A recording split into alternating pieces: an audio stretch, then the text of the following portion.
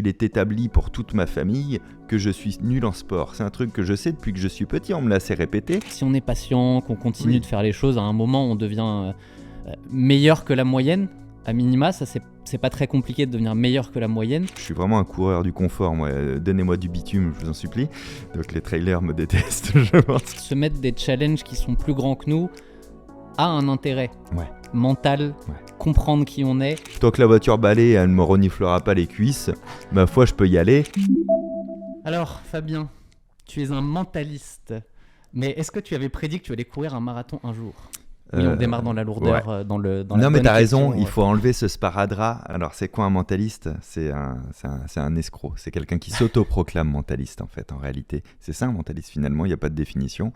Mais effectivement, quand on fait du mentaliste sur scène, on prétend pouvoir prédire les événements qui vont arriver. Et c'est sûr et certain que j'avais jamais prévu que je courrais un marathon de ma vie. J'avais pas tellement prévu que je courrais dans ma vie, même si j'avais déjà couru un petit peu avant. Mais faire la distance, je suis très admiratif encore aujourd'hui de ceux qui font la distance 42,195 km. Ça m'impressionne toujours autant, quelqu'un qui court un marathon.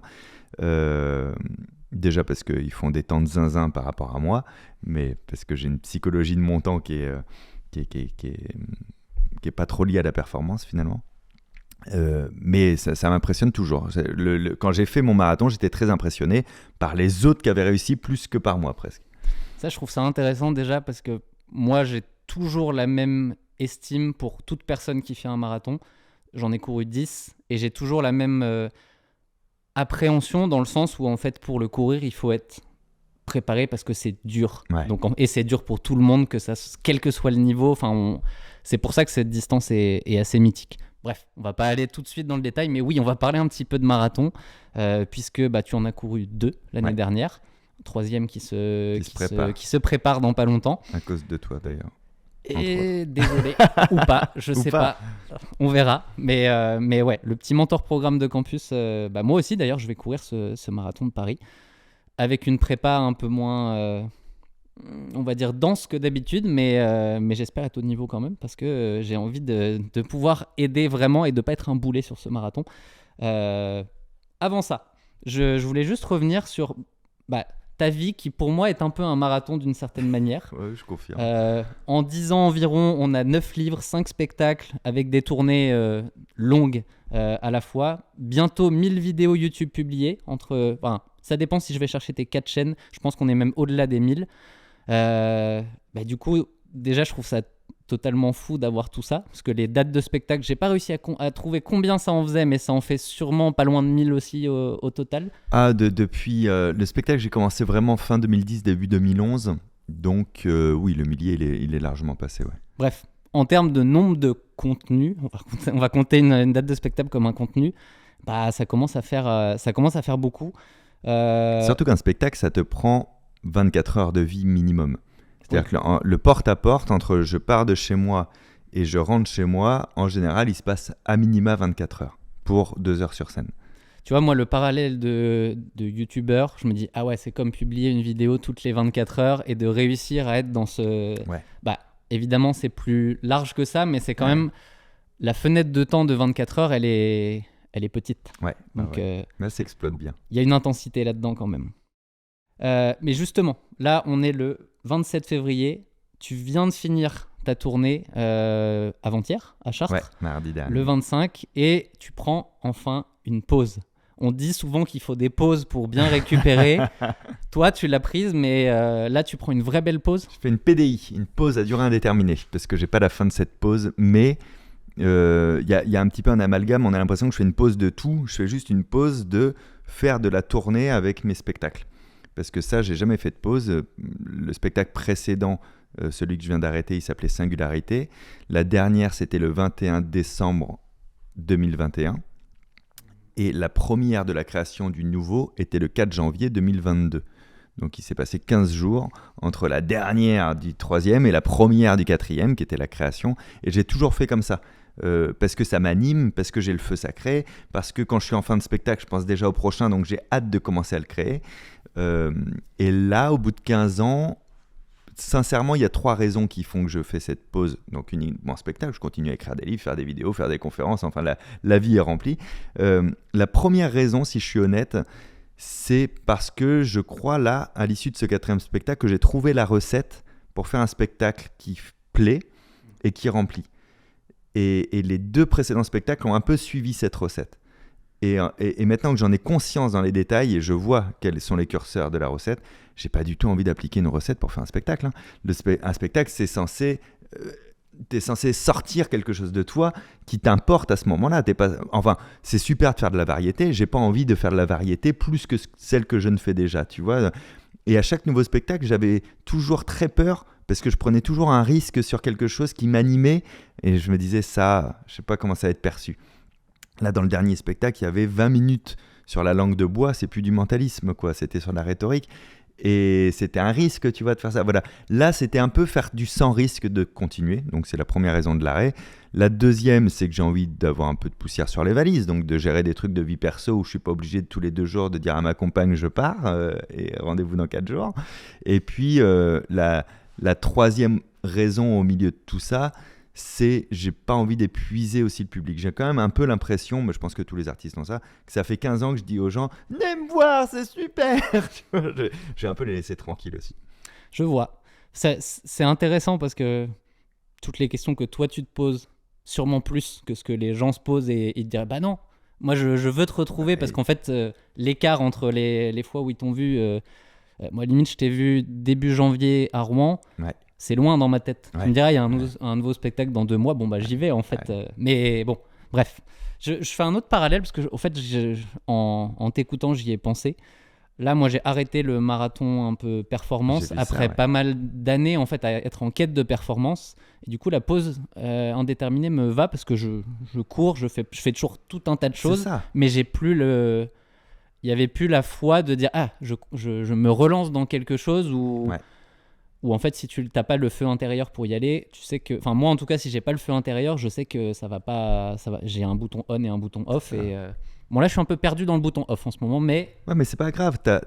On a déjà de la chance de vivre de ce qu'on aime. Donc déjà, c'est un premier point.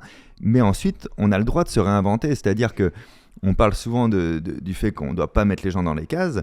Tu as le droit d'être qui tu veux être. Mais ce qu'on oublie de dire, c'est que le qui tu veux être, il a le droit de changer aussi. Tu as le droit de changer de qui tu veux être dans ta vie, tu vois.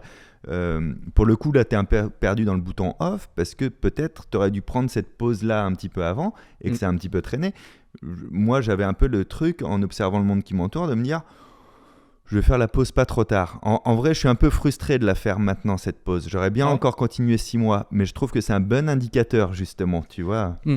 Oui, on a tendance à pousser le truc jusqu'à ce qu'on en ait besoin ou qu'elle nous soit imposée par notre corps. Exactement. Ah bah là, ça marche plus. Et c'est plus douloureux de le faire comme ça en général. Donc, c'est sûr. C'est bien de réussir à anticiper. Si j'anticipe un peu ce qu'on va évoquer aujourd'hui, on va revenir un peu sur tes expériences de course à pied, quand même sur un podcast sur la course, donc on va parler de l'endorphine. Tu connais cette hormone On aime l'endorphine. Je pense que tu as appris à la connaître au fur et à mesure. Oui, mais déjà je joue avec l'endorphine pour jouer sur mes états de fatigue, etc., me récompenser et tout, mais les premières courses un peu plus longues que je faisais, je savais que c'était ma récompense au bout de 35-40 minutes. C'est pour ça que ça me poussait à y aller. Ça, c'est vraiment un truc où là, je l'ai retrouvé sur certaines sorties, de me dire je cours, c'est cool, et après, j'ai le sentiment d'être défoncé, d'être bien. Oui, on peut le dire. De toute façon, running addict, il y a un petit côté, on joue avec ça depuis le début. Hein, donc, on va revenir là-dessus. Le passage de je ne cours pas à aujourd'hui, je fais des marathons, qui est on pourrait juste courir sans faire des marathons, donc il y a un gap. On va revenir sur quelques citations que tu as, parce qu'il y en a certaines qui me parlent beaucoup. J'ai retenu un vaut mieux que 0. Les moments durs, c'est les moments qui font que... Les moments durs, c'est les moments qui font aussi que vous vous aimez plus. Enfin, des choses comme ça, j'en ai quelques autres qui m'ont plu et sur lesquelles je veux revenir parce que je pense que pour les coureurs, c'est très intéressant. Un peu de pratico-pratique sur ce que la course t'a amené dans ta vie. Et un peu de psychanalyse à la fin aussi. On a déjà fait un petit peu la source début à réfléchir à nos vies. J'aime bien faire ça, parce que je pense que les gens peuvent faire des parallèles aussi sur ce qui les concerne. Du coup, si on revient un peu en arrière, pas tant que ça, parce que mars 2022, avant que tu démarres, tu démarres vraiment cette quête de la course à pied. C'est le semi. Donc, avant ce fameux semi, déjà, le sport, la course à pied, c'était quoi ta relation et est-ce que tu l'avais en tête depuis longtemps et tu as procrastiné à t'y mettre ou est-ce que c'était juste pas dans ton viseur avant ça? Non, c'était pas tellement dans mon viseur. J'avais couru en 2014. J'avais couru en fait parce qu'en 2014, j'ai arrêté de fumer la cigarette traditionnelle, celle qui se consume. Parce que j'avais 32 ans. Donc j'avais passé 16 ans de ma vie à fumer et 16 ans de ma vie à pas fumer. Et moi, ça marche bien, les trucs que je peux rationaliser. Et je m'étais dit, Fabien, les prochaines clopes que tu prends, que tu peux fumer, elles vont déterminer si tu as été plus fumeur que non fumeur dans ta vie. Donc j'étais allé voir le médecin, tout ça, machin, qui m'avait dit qu'il fallait passer à la cigarette électronique, qui était assez nouvelle à l'époque. Moi j'étais, ah non, je veux pas faire ça, ça doit être pire, tu sais, vraiment les idées reçues bêtes, tu sais pas pourquoi. Donc j'essaye d'arrêter franchement la cigarette et donc la nicotine. Et ce qui fait que comme j'étais un énorme fumeur, je mets 2 paquets jour à peu près, quand je me réveillais le matin, j'étais obsédé par la pensée cigarette jusqu'à 14-15 heures. Et je me lève tôt. Donc à un moment donné, je me suis dit, il faut que je crée une rupture, et un truc assez violent pour m'occuper l'esprit, et ça a été aller courir. Donc j'ai couru en 2014 comme ça, et puis après j'ai repris la nicotine via la cigarette électronique, donc j'ai arrêté de courir parce que j'avais plus besoin de ça le matin. Donc voilà, il y a eu cette incursion-là dans ma vie, et tout le reste du temps, c'était vraiment pas projeté que je fasse un quelconque sport, puisqu'il est établi pour toute ma famille que je suis nul en sport. C'est un truc que je sais depuis que je suis petit, on me l'a assez répété. Moi, je suis une tête, mon frère, c'est un sportif. Donc mon frère doit être mauvais en études apparemment, et moi, je dois être mauvais en sport. C'est logique. Et du coup, c'est très confortable d'avoir une case. Donc je vais pas aller contre cette case. C'est même normal, du coup, que c'était dur pour moi de courir en 2014, parce que bon, je suis nul en sport. On se le dit depuis que je suis petit, donc c'est bien qu'il y a une raison, tu vois. Donc c'était vraiment pas déterminé que je fasse du sport dans ma vie, puisque j'avais cette croyance erronée d'être pas fait pour le sport, parce qu'apparemment, il y a des gens qui sont faits et des gens qui sont pas faits. Je pense qu'aujourd'hui, on peut dire que c'est faux. Enfin, en fait, cette croyance de je ne suis pas fait pour la course à pied, on l'entend beaucoup. Parce que c'est pas un sport c'est un sport qui paraît très simple et qui n'est pas aussi accessible que ça. Donc, je pense qu'il génère des frustrations. Et aussi, il y a des idées reçues qu'on nous met dans la tête. Et quand on l'a dans la tête, après, il faut réussir à le dépasser. Hein. Et c'est ce que j'ai découvert avec la course à pied. Quand plus tard, j'ai découvert les programmes de course à pied, sans faire de pub, c'est via Campus, parce que il y avait un process. Les process, ça marche sur moi. Et le process progressif, ça fait que j'ai jamais eu l'impression de me violenter au sens vraiment profond au mot violence, quoi, tu vois. Donc c'était tout à fait accessible. Et je crois que la seule vérité derrière le Fabien n'est pas fait pour le sport, c'est Fabien n'en a rien à foutre de faire des grandes performances sportives. Ça, c'est vrai que c'est pas du tout un truc qui m'anime. Par contre, j'aime aussi faire de la guitare, et je suis une brêle en guitare alors que ça fait 20 ans que je fais de la guitare, parce que j'en ai rien à faire d'être hyper performant en guitare. J'aime m'amuser avec le plaisir guitare, j'aime aussi m'amuser avec le plaisir course à pied. Et une fois que ça a été établi, ça a changé mon rapport au sport, complètement. C'est vraiment intéressant parce que, moi, si je repense au début, j'étais dans les très moyens, on va dire, pas dans les nuls. Moi, j'étais un très moyen qui aurait aimé être bon. Ok. Et du coup, à l'inverse, mon côté un peu tenace a voulu poursuivre suffisamment longtemps pour qu'on te dise te dire finalement c'est pas mal, mais ça prend des années, des années, des années. J'aime bien aussi dire que du coup, c'est la preuve que quel que soit d'où on part, si ça nous intéresse, en fait, juste si on est patient, qu'on continue de faire les choses, à un moment, on devient meilleur que la moyenne. À minima, ça c'est pas très compliqué de devenir meilleur que la moyenne.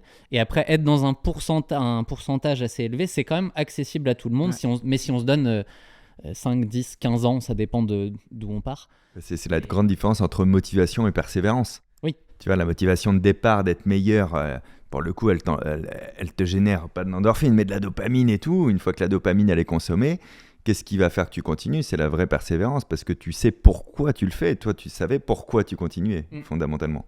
Mais c'est vraiment ce que j'ai envie que les gens prennent aussi comme idée, c'est quel que soit ce que tu as envie de faire, c'est faisable, mais il faut se donner juste la bonne... souvent, on veut les choses trop vite par rapport à ce qui est faisable. Même courir un marathon, bah, si on se dit là, je veux le faire dans 3 mois alors que je cours pas, bon, bah, c'est faisable, mais à quel prix et comment on va le vivre? Enfin, c'est tout ça qu'il faut réussir à se mettre un peu sur le tapis pour se dire qu'est-ce que concrètement je veux faire, plutôt que juste ah non, j'ai décidé que je voulais atteindre ça. Bah, il vaut mieux se mettre un peu les bonnes pratiques en tête pour bien vivre. Enfin, moi, c'est surtout ça que je retiens, c'est bien vivre les choses. C'est plus important que ce que tu fais en bout de ligne, parce que tu passes 99% de ton temps à courir pas sur le jour J, quoi. Et c'est vrai. Tu sais ce qui me fait courir les marathons, entre autres choses? Non. Bien au-delà de la distance, bien au-delà de franchir la ligne d'arrivée, bien au-delà de tout ça, le confort d'avoir des routes fermées pour aller faire une sortie très longue. C'est vraiment un des premiers critères qui me plaît dans les courses organisées, c'est ça, c'est ne pas réfléchir à mon tracé et savoir que ça va être confortable, parce que je suis vraiment un coureur du confort, moi. Donnez-moi du bitume, je vous en supplie. Donc les trailers me détestent, je pense là tout de suite, mais tu vois, je veux un truc hyper confort. Et donc quand tu prends un dossard sur une course organisée, peu importe la distance, mais a fortiori sur un marathon, tu sais que tu vas avoir, pour un coureur comme moi, 4 à 5 heures où tu n'as à réfléchir à rien, tout va bien se passer, et quand tu auras soif, il y aura de l'eau et machin. Déjà, rien que ça me motive, tu vois. Mais tu vois, là, il y a le marathon de Paris qui se profile dans pas longtemps. Je l'ai déjà fait plusieurs fois. Et j'ai toujours... Bon, tout le monde ne l'apprécie pas pour certaines raisons, mais moi, j'ai toujours cette envie d'y aller parce que, justement, tu vas pouvoir visiter Paris courant avec plein d'autres coureurs autour. L'ambiance va être un truc qui n'est pas accessible à d'autres moments, en fait. Et j'ai hâte, juste pour ça. Juste pour ce moment de profiter de Paris d'une manière... on va dire qu'il n'existe pas, parce que là, quand tu vas courir à Paris, à part si tu vas dans des coins bien spécifiques, bon, c'est pas je préfère retourner au Havre pour courir dans la quiétude du bord de mer, pour le coup. Ouais, je comprends. Tu sais qu'en tournée, ça m'a permis de visiter des lieux incroyables. Alors, la tournée de mes spectacles, elle passe parfois par la Nouvelle-Calédonie, la Polynésie ou les Antilles, ce genre de destination un peu qui fait rêver, et que tu visites toujours. Une voiture t'emmène du point A au point B et tu vas visiter le point B une fois que tu étais parti du point A. Et là, faire des sorties longues durant ces périodes de tournée, donc des sorties longues, j'ai fait au Monténégro à 21 km, quoi, parce que c'était dans mon plan d'entraînement. Je me suis aperçu que oui, là, tu visites... c'est ma compagne qui dit les jambes, c'est un moyen de locomotion comme un autre. Et je trouve qu'elle a vraiment raison quand elle dit ça, parce que je ne m'étais pas rendu compte à quel point je ne connaissais pas ces lieux-là. J'ai fait Moorea... le tour de l'île Sœur de Tahiti en courant. Alors j'avais repéré les douches sur les plages publiques pour aller me rafraîchir, parce que tu peux pas, hein. Tu pars courir à 5h30 du matin, à 6h30 il fait déjà 25 degrés, tu vois, donc il faut prévoir des choses pour te rafraîchir. Mais c'était fou de pouvoir découvrir. Donc pour le marathon de Paris, ça me fait comme toi, j'ai hâte de découvrir Paris comme ça, tu vois, ça m'a fait découvrir les villes que j'ai traversées courir. C'est ça que je trouve cool dans les prépas marathon, quand on va se promener un petit peu, c'est que on a suffisamment de kilomètres à faire pour vraiment avoir le temps de visiter, ce qui est impossible en marchant ou qui te prend 3-4 jours. Oui. Tu sais, tu peux partir un week-end et te dire j'ai vu la ville en entier parce que je l'ai faite en courant, en final. Ce qui n'est pas accessible aux gens en général. Non, c'est sûr. J'ai fait Chartres avant-hier, donc pour la dernière du spectacle, j'ai couru finalement, j'avais dit que je ne courrais pas. Et puis la pluie s'est arrêtée, on était pas mal en avance dans la prépa. Je dis 40 minutes, tu vois, c'est ok. J'ai fait toutes les bords ça doit être l'Eure, le fleuve qui traverse Chartres. Et si c'est pas ça, corrigez-moi. Mais c'était Disney, tu vois, au niveau des architectures, au niveau de l'entretien. C'est une ville qui a apparemment pas mal de moyens via les pèlerinages pour ensuite réinjecter l'argent dans sa ville, et elle le fait bien. Et j'ai adoré découvrir comme ça. Et juste en 40 minutes en courant, effectivement, ça fait, 6, 7, 8 bornes. Et c'est cool, t'as vraiment traversé la ville, quoi. C'est clair. Pour en parler longtemps. Moi, visiter la France, là, depuis mon retour, c'est un truc que j'ai pas encore fait. Mais j'ai envie de me promener un peu pour aller justement faire tous ces endroits et faire découvrir des endroits, de dire, on n'a pas besoin de partir très très loin. Parce qu'en fait, et en vélo, ça te dirait pas ? Si, Mais ouais, peut-être aussi. On verra. C'est une bonne remarque. C'est possible que ça se fasse comme ça aussi. Pour bouffer les bornes. En tout cas, pour accorder les villes, ça te permet de te faire un grand et long périple sans préparer forcément de triathlon. Hein, mais... Non, moi je le vois vraiment en mode de partir en week-end avec Ouais. Elodie, aller se promener un peu en marchant, elle a fait de la photo. Ouais. Moi je cours et puis on essaye de faire, tu sais, dans la belle saison, Ouais. un petit peu différents week-ends comme ça où Trop cool. on visite. Enfin bon, là on est sur mes plans, mes plans un Mais petit ça peu nous perso. intéresse, Nico. Je sais pas, vous nous le direz. Et mais si je reviens à 2022, ce petit semi-marathon, enfin ce petit semi-marathon, qui à l'époque n'en était pas un petit et qui de toute manière n'est pas petit Ouais. pour personne, parce que je suis un bon exemple. Il y a pas plus tard qu'une semaine, j'étais à Barcelone, j'ai abandonné sur un semi parce que pas en forme et du coup pas de plaisir, compliqué. J'étais pas moi dans une quête de il faut absolument que je le finisse parce que j'en ai déjà couru plein et à un moment Ta case est cochée déjà. cette Ouais. case-là n'a plus. Ouais. Je sais que c'est mal pris quand je dis ça. Pour beaucoup, un dossard, c'est il faut l'honorer, il faut aller au bout. Ouais, mais j'en ai tellement coché des dossards qu'il y a un moment où tu dis ouais, si aujourd'hui je prends zéro plaisir, bon bah j'arrête. Ouais. Je me fatigue pas plus que ça et je vais me promener à la place. Ma Ce qui est- vision. ce qui est assez fort à ta place, à toi, parce que tu as une place publique, tu as une place qui est liée à du contenu relié au sport. Je pense qu'il y en a beaucoup qui se seraient fait une désagréable violence juste par ego, de se dire il faut pas qu'on voit que j'ai abandonné, etc. Donc je trouve le partage de leçons, en tout cas beaucoup plus intéressant. C'est assez libérateur de se dire bah voilà, on a le droit. Lui, s'il s'autorise alors que je me sers aussi de ses conseils et de son parcours pour me motiver parfois, ça veut dire que on n'est pas tous à l'abri, qu'on a le droit de se poser des questions sur ce qu'on fait parfois. Tu vois, je trouve ça bizarrement encourageant. En fait, je trouve que j'ai une dynamique là-dessus que je trouve positive d'une certaine manière parce que bah, pendant longtemps, j'ai été le motivateur en mode allez, pas montrer de faille pour encourager les gens à dire c'est possible. Bon, bah ça, je suis un peu passé à une autre étape où à chaque fois que j'ai dit quelque chose de vrai, de totalement je vis ça, j'ai eu énormément de messages de ah bah ça fait du bien de voir Internet sous une phase un peu face un peu différente où on a l'impression que tout le monde est beau, tout le monde réussit et en fait du coup tu te sens nul en regardant. Ce qui est le cas nous-mêmes, hein. Enfin, quand tu regardes les réseaux, des fois tu dis ah, ça a l'air bien quand même, mais tu vois que le côté voilà ce qui t'est présenté. Oui, bien sûr. Et parfois c'est un peu c'est intéressant de se ramener sur ce côté. Ouais, mais on reste des humains derrière. Ouais. Et je suis sûr que si je te demande sur ces 10 ans où tu as fait tout un tas de trucs, c'était cool. Mais il n'y a pas eu que du cool. Il y a eu forcément eu des moments où ça a dû être compliqué. Mais ça fait partie du jeu, quoi. Donc, ce semi. Alors, déjà, pourquoi je fais un semi ? C'était ça ma question. C'est pourquoi tu en es arrivé à te dire il faut que je fasse ce semi. Après 2014, j'en ai 8 ans plus tard, pourquoi tu reviens sur la course à pied et sur un défi qui est de courir un semi Du coup, à ce moment-là, je cours pas, vraiment pas. Par contre, ma compagne, elle court, elle. Elle s'est mise à la course. En fait, c'est une grande sportive. Elle a été championne sur des sports de glisse en snowboard. Et le sport lui manque par rapport à ce qu'elle fait aujourd'hui. Et elle va avoir une copine à elle qui fait un 10 km. Sa copine franchit la ligne. Elle tombe en pleurs.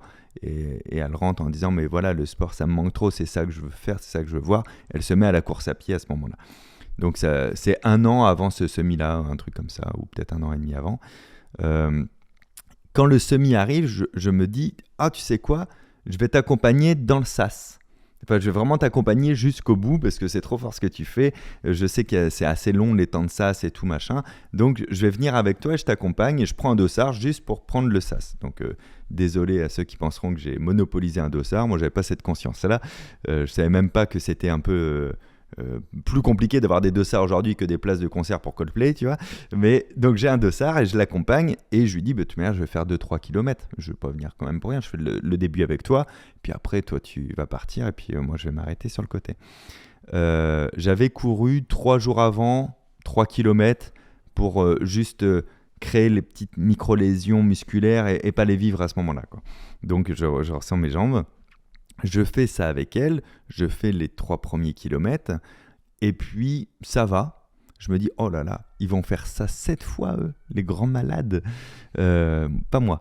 Par contre, ouais, je vais peut-être faire 5, 6, 7, on va voir, je vais me pousser un petit peu. Mais je ne suis pas apte, c'est-à-dire j'ai un sweat à capuche, à zip. Ouais, je revois bien avec le que petit, je mets au sac à top de dos. la taille, un sac à dos pourri, où j'ai des disques durs et du matos pour bosser après, parce que je suis censé glander en attendant que Fanny, elle termine son semi-marathon. Donc vraiment, je ne suis pas... je suis pas configuré pour, quoi. J'ai pas de ravito, j'ai rien. Je sais même pas ce que c'est un ravito à ce moment-là. Bon, bref, j'arrive vers 6-7 bornes et en fait, ça je savais pas parce que j'avais pas regardé le tracé. Je suis en plein milieu de Vincennes, donc c'est le moment où je veux arrêter. C'est pas il faut que j'arrête, c'est je veux profondément arrêter. Et je me dis, ouais, mais là, si je m'arrête, il n'y a pas de taxi, il n'y a rien. Il faut que je sorte de Vincennes, c'est ça. Donc, il y a 3-4 bornes pour sortir. Je ne vais pas passer ma vie ici, donc cours, ça va plus vite. Donc, je cours et à un moment donné, je franchis à la sortie de Vincennes le 10,5 km, donc le panneau de milieu de parcours. Je me dis, là, j'ai fait la moitié du SMI. C'est fou. C'est la première fois de ma vie que je cours 10 km, quoi. C'est incroyable. Et je me dis, peut-être que je peux le rentrer. Et me vient une idée de me dire, attends, elle m'avait parlé qu'il y a un temps minimum pour finir et qu'il y a une voiture balai. Tant que la voiture balai, elle ne me reniflera pas les cuisses, ma foi, je peux y aller. Et je vais énormément alterner de grandes périodes de marche, de course, etc. Je ne fais pas ça du tout dans les règles de l'art, mais j'essaie d'aller au bout. Je m'arrête jamais complètement, sauf pour aller aux toilettes au 18e kilomètre. Je ressors des toilettes, parce que je n'étais pas allé aux toilettes avant, puisque je n'étais pas censé courir ce semi-marathon. Je sors des toilettes, j'ai les jambes de bois, j'ai l'impression d'être Pinocchio. Je suis un vrai petit garçon et je vais mourir apparemment. Mais bon, je me dis, allez, 3 km, j'essaie. Du 19 au 20, j'ai fait en marchant, juste pour trottiner une dernière fois du 20 au 21. Et je l'ai fait, c'était incroyable. J'en avais fait une vidéo, et fun fact, c'est Pauline qui nous filme, qui avait monté la vidéo à l'époque, parce que je ne savais pas si c'était pertinent ou pas de faire ce témoignage. Des fois, des gens l'ont mal pris. Pourtant, vraiment, dans la vidéo, je dis, je ne recommande pas de faire ce que j'ai fait. C'est pas malin en termes de santé de faire ce que j'ai fait. Il n'empêche que c'est arrivé, que je l'ai fait, et que c'est intéressant de savoir comment j'ai réussi mentalement à aller jusqu'au bout, parce que ça a été que au mental, et à la découverte aussi des ressources physiques, finalement, parce que j'aurais pas mis un centime sur ma capacité réelle à parcourir 21 km, même en alternant course et marche, tellement pour moi c'est challengeant, quoi, tu vois. Donc voilà comment je fais ça. J'ai toujours le partage entre c'est pas malin, mais en fait c'est intéressant d'en parler pour expliquer pourquoi ça l'est pas, mais expliquer ce que ça apporte aussi, et en fait se mettre des challenges qui sont plus grands que nous a un intérêt mental, comprendre qui on est. Bon, le problème de la course à pied, c'est que c'est un sport à choc, donc on peut se faire mal. Donc il y a des sports plus... Faire ça en vélo, bon, ça va être compliqué, on va être dans la difficulté pareil, mais on se frappe. T'as pas de choc. On a moins de... Si on est bien réglé sur son vélo, c'est pareil, il y a des petits détails, mais on a moins de chances de se faire mal qu'en course à pied. Et bon, là tu l'as fait sur un semi, on en connaît pas mal qui l'ont fait sur un marathon directement, donc... Donc, vaut mieux sur un semi, ça se considère encore parce qu'on est sur 2h30, quelque chose comme ça. Moi, j'ai fait 3h05, 3h10. Hein, j'ai fait vraiment. On n'est pas loin de la marche, in fine, tu vois. Mais de toute manière, des débuts en course à pied, ce qu'on conseille, c'est alternance marche-course. Donc, juste, tu l'as fait sur plus longtemps que ce qui est recommandé. Et c'est pareil, on a tendance à dire qu'au-delà de 2h30, c'est à partir de là où tout devient un peu exponentiel. Donc, bon, 2h30, 3h, on est dans. Ok, ça peut récupérer. Si tu le fais sur 4, 5, 6 heures, là, c'est pas la même chose. Et c'est pour ça que faire un marathon non préparé ou très peu préparé, ça peut prendre des mois à en récupérer, tellement ton corps est à l'intérieur. C'est un traumatisme. Mais là, pour le semi, déjà, j'en avais témoigné dans la vidéo, c'est très régulièrement, je me scannais franchement et ouvertement. Est-ce que ça va ? Non. À quel endroit ? Là. Est-ce que je sens que je vais pouvoir me blesser ? Parce que moi, si je me blesse, il y a une tournée de spectacle qui saute derrière. Il y avait ça aussi. Donc, s'il y avait eu le moindre risque de quelque chose que je sentais arriver qui était compliqué, c'était par contre pas envie de mourir ou de me faire mal, plus que ça. Donc, il y avait ça. La grande leçon, par contre, qui a été positive, à terme, quand j'ai préparé après le marathon pour 2024, ça a été de me dire, si j'ai pu rentrer maladroitement cette distance en un temps inconsidéré sans avoir une once de préparation, qu'est-ce que ça peut être que je peux faire si je me prépare sérieusement pendant 1 an et demi, quasiment 2 ans. Et ça, c'est hyper motivant de se dire, ça va être fou. Et la première fois où, en entraînement, je passe les 21 km, du coup, et que je compare avec mon temps de dossard de 2022, bah, je suis quand même bien heureux, quoi. Tu vois, en termes de confiance en soi, c'est fou. Oui, parce que là, en gros, pour la même distance, il y en a un où tu as donné, enfin, tu as été au bout de ta vie, on pourrait dire, et l'autre où tu dis, bon, c'est quand qu'on recourt dans 2-3 jours. Dimanche, c'était une des courses de la semaine, quoi. Ça, je trouve ça. J'aime bien justement ce côté très mesurable de la course où en fait, tu vois tes progrès et dans les débuts, en fait, c'est magique parce que ça va très très vite quand même de se dire ah, bah, je suis capable de faire 5, 10, 21 sans. C'est pas en 2 semaines, hein. Attention, quand je dis très vite, c'est en quelques mois, on a vraiment cette vision-là, mais elle est hyper encourageante, quoi. Et puis, quand tu arrives au marathon, il devient pas facile, mais potentiellement, peut-être que ton marathon a pas été plus dur que le semi, ou c'est différent entre guillemets, mais elle était moins dure que le semi, moi, le marathon. Je voulais pas le dire, je voulais pas le dire parce que bon. Non, moi je me suis baladé sur le premier marathon, j'étais on refait ça quand, c'est trop bien. Alors parce que je suis allé pas très vite, je m'étais réglé sur 7 minutes par kilomètre, qui n'était pas du tout la recommandation que j'avais sur mon plan d'entraînement campus. Je l'avais fait déjà parce que je voulais le finir, c'était mon seul objectif. Je voulais prendre du plaisir. Et pareil, j'avais une tournée de spectacle qui arrivait quelques 10 jours plus tard, en fait, finalement. Mais du coup, je me suis réglé à ce rythme-là tout le long. Il y a même un gars présent à cette table qui m'a envoyé un texto après de « C'est quoi cette régularité de... ?» Tu m'as envoyé ça parce que j'avais 7 minutes du kill à tous les blocs. Et, mais du coup, oui, je l'ai extrêmement bien vécu, ce marathon-là, quoi. Mais tu vois, ce que tu dis là, c'est ce qu'on conseille à tous les néo-marathoniens. Mais c'est très très compliqué à accepter dans ce monde où en fait on est poussé dans tous les sens à la performance, et de dire un premier marathon, on dit tout ça a posteriori quand on l'a vécu, hein, mon premier marathon a été tellement difficile que si je revenais en arrière, je baisserais mon curseur de performance à quelque chose où je me dis ça va passer, je le vis, j'apprends, je prends de l'expérience dessus, je prends du plaisir, et on verra plus tard si on met de la perf. Maintenant, je dis ça parce que je suis passé par le côté premier marathon horrible, difficile. Donc c'est facile de le dire a posteriori, mais au moins on essaye de convertir certains à voir ça. Non, mais faites-le, c'est incroyable. Moi, je devais faire 6,40, j'ai juste rajouté 20 secondes par kilomètre. C'est pas, j'ai pas fait non plus n'importe quoi. Et, mais c'était au sens littéral fabuleux, quoi. J'ai adoré ça, quoi. J'ai tout de suite voulu refaire un marathon après derrière. Alors après, parce que aussi je connais des choses chez moi, c'est-à-dire que j'ai de la satisfaction sur mes réalisations personnelles, je le trouve ailleurs que dans le sport. Le sport, je trouve autre chose à l'intérieur, mais je n'ai pas besoin de faire un temps de malade vis-à-vis de mes performances et de mes compétences au marathon pour augmenter mon estime de moi. Ça, je trouve ça ailleurs.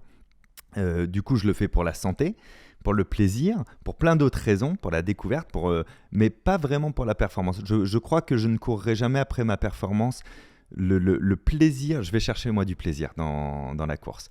Donc ce plaisir-là, il est plus important. Alors, je te dis ça, évidemment, là maintenant, je crois que mon temps le plus rapide sur un marathon, ça a dû être 4h42. Bon, j'aimerais bien faire à minima au moins 4h42 ou moins sur mon prochain marathon. Mais si je fais 4h45 ou 4h50, je vais te le dire très sincèrement, je m'en fous si j'ai pris beaucoup de plaisir, tu vois. Mais c'est juste d'une manière secondaire, j'espère que moi qui suis un jeune coureur, tous les 6 mois, tous les 1 an, tous les 1 an et demi, je m'améliore et je peux constater cette amélioration naturelle de l'entraînement, tu vois. Mais ouais, je suis peut-être un des rares à pouvoir dire ça, quoi, que je cours vraiment pas pour cette performance, mais je cours pour ces 4 heures de plaisir que ça peut être, quoi, tu vois. En fait, tu as une relation qui est assez saine à la course à pied, qui n'est pas forcément celle de la majeure partie des coureurs, moi inclus, hein, quand je dis ça, où on aimerait potentiellement être un peu plus dans ce côté en fait, y aller plus pour le plaisir, ça m'intéresse, mais au moment de faire le choix, bah, tu restes dans ce côté, ouais, mais la perf. Et en fait, un peu sans s'ouvrir à autre chose, sans vraiment essayer et du coup ne pas Ouais. voir ce que c'est cette autre expérience. Tu vois, il y a, Mais il y a- il y a des gens dans le spectacle vivant, s'ils n'ont pas une standing ovation à la fin du public, ils sont malheureux. Le salaire qu'on t'offre sur scène, il est différent en fonction des spectacles que tu fais. Si tu fais de l'humour, ton salaire, c'est le rire. Parce que le rire, d'une salle entière, tu ne peux que le provoquer, tu ne peux pas le quémander. Par contre, je peux quémander des applaudissements et je peux quémander une standing ovation. C'est-à-dire que je peux régler des blagues et une manière de faire, et une musique et une gestuelle qui va faire que la salle va se lever. Et d'ailleurs, je ne suis pas en reste des autres, je mets quelques-uns de ces éléments, ce qui permet, s'il y en a qui ont envie de le faire, ça a lieu, ou ça n'a pas lieu, ou ça a à demi-lieu. Dans tous les cas, c'est OK, tu vois. C'est aller chercher la standing ovation, c'est aller chercher la récompense de la performance ultime. Mais est-ce que tu as passé un moins bon spectacle? Est-ce que ton spectacle était moins bon? Est-ce que ton public est moins heureux? Est-ce qu'on est sûr que si ton public est debout à la fin, il a été plus heureux que hier quand le public s'est pas levé, etc. Est-ce que tout dépend de ça, ou est-ce qu'en fait, finalement, le point de départ, quand on rentre dans le deep d'un spectacle vivant, c'est pas le plaisir que prend l'artiste? Et si l'artiste prend du plaisir, tout le reste peut en découler. Pas systématiquement, mais peut en découler. Ben là, pour la course, c'est pareil. Moi, je pars sur la notion de si moi, je prends du plaisir, alors peut-être la performance arrivera derrière. Mais ça doit passer comme ça. Je ne suis pas assez méritocrate pour me dire que je dois en chier pour faire une performance satisfaisante en courant, tu vois.